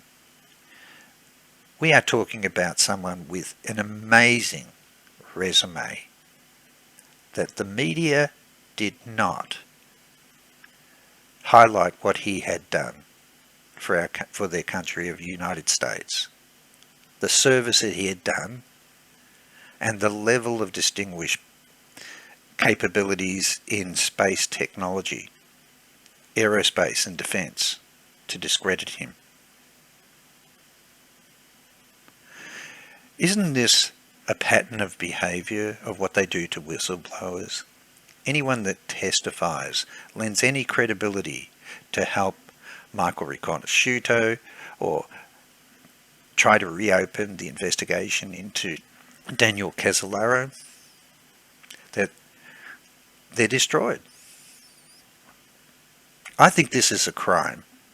The media should have been fully aware of his qualifications and what he's done for the country, instead reducing him to a convicted felon and a drunk. And those achievements.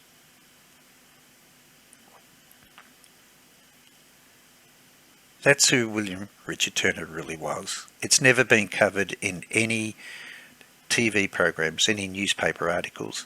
That's the person who we interviewed and recorded our interview with him. And he only got off the charge of robbing a bank because quite clearly the person was running away, didn't have a prosthetic leg, but it looked like him. So they raided his house because he actually told them that he'd seen documents marked national security, top secret, and they were trying to prove that he had a copy of those and he could be arrested and charged. They didn't find it, so they convicted him on owning a gun. And have a look at this. Now, in 24 years, I've learnt save everything that I find. The reason being, when you go to the internet, things disappear. Records disappear. Every time I find evidence relating to substantive illegal evidence within CIA, US government, as soon as I find them, I'll go back a year later and they're gone. They don't exist anymore. Well, let me show you what was on the Smithsonian Museum website. I saved the screen as evidence. William R. Turner, Wall of Honour, Foil 11, Panel 4, Column 2, Line 98, Air and Space Friend. It said, it had his resume there, retired aviator with 32 years of service with Navy and Marines, having flown over 350 combat missions and second recipient of military awards for aerial flight. Has flown over 40 different types of aircraft. After military service, served on research advisory panel of Aviation Week Space Technology. Responsible for the flight test engineer for Jetstream 31 baggage pod. Product assurance manager for Hughes Flight Simulation for the T-45 and the F-18 programs. There's the link of the website that I saved. Let me prove to you that it was there. There it is. I captured the screen. It's quite clearly there. If you go to that link now, it has nothing. It's removed it. All it's got now is William R. Turner. It's quite clear that on the Hall of Fame for the National Air and Space Museum, William Richard Turner was held in high esteem, highly credible, a valued citizen of United States. And as his testimony said, he's been reduced to being unsavoury,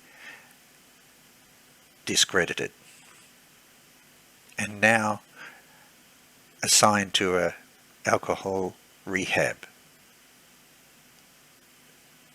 This is what they did to the last person who kept documents sealed to hand over to Daniel Casolaro, who was going to trade those documents for more evidence on Inslaw and the Promis software.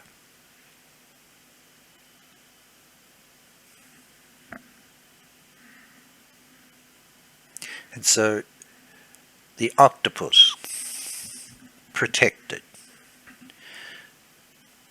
defrauding the US taxpayers of billions and billions of dollars of Pentagon contracts, monopolizing like a mafia every contract possible, was protected by government officials within Pentagon, the US Navy, and the FBI, and the Department of Justice. And that's what Daniel Casolaro was exposing, the billion-dollar contracts for the development of the Trident missile fire control and command systems awarded to Frank Carlucci's company, Sperry Group, whilst he was the director concurrently with WACKENHUT in 1983 when Peter Videnieks delivered the Promis tapes for Michael Riconsciuto to modify for Earl Brian, who also was awarded the command systems for the Trident submarine with all the Hadron companies, with John Hopkins Applied Physics, and also awarded the airship industry's Aerostat contract for the war on drugs and radar systems with Alan Bond. And I hold the affidavit of Richard Babian confirming that he witnessed Earl Brian and Richard Secord selling the Promis software across to Saddam Hussein's military intelligence, and also it was sold to the Korean equivalent of CIA, and the owner, the person receiving that software, I have proven owns a company with Richard Perl and General Edward Mayers.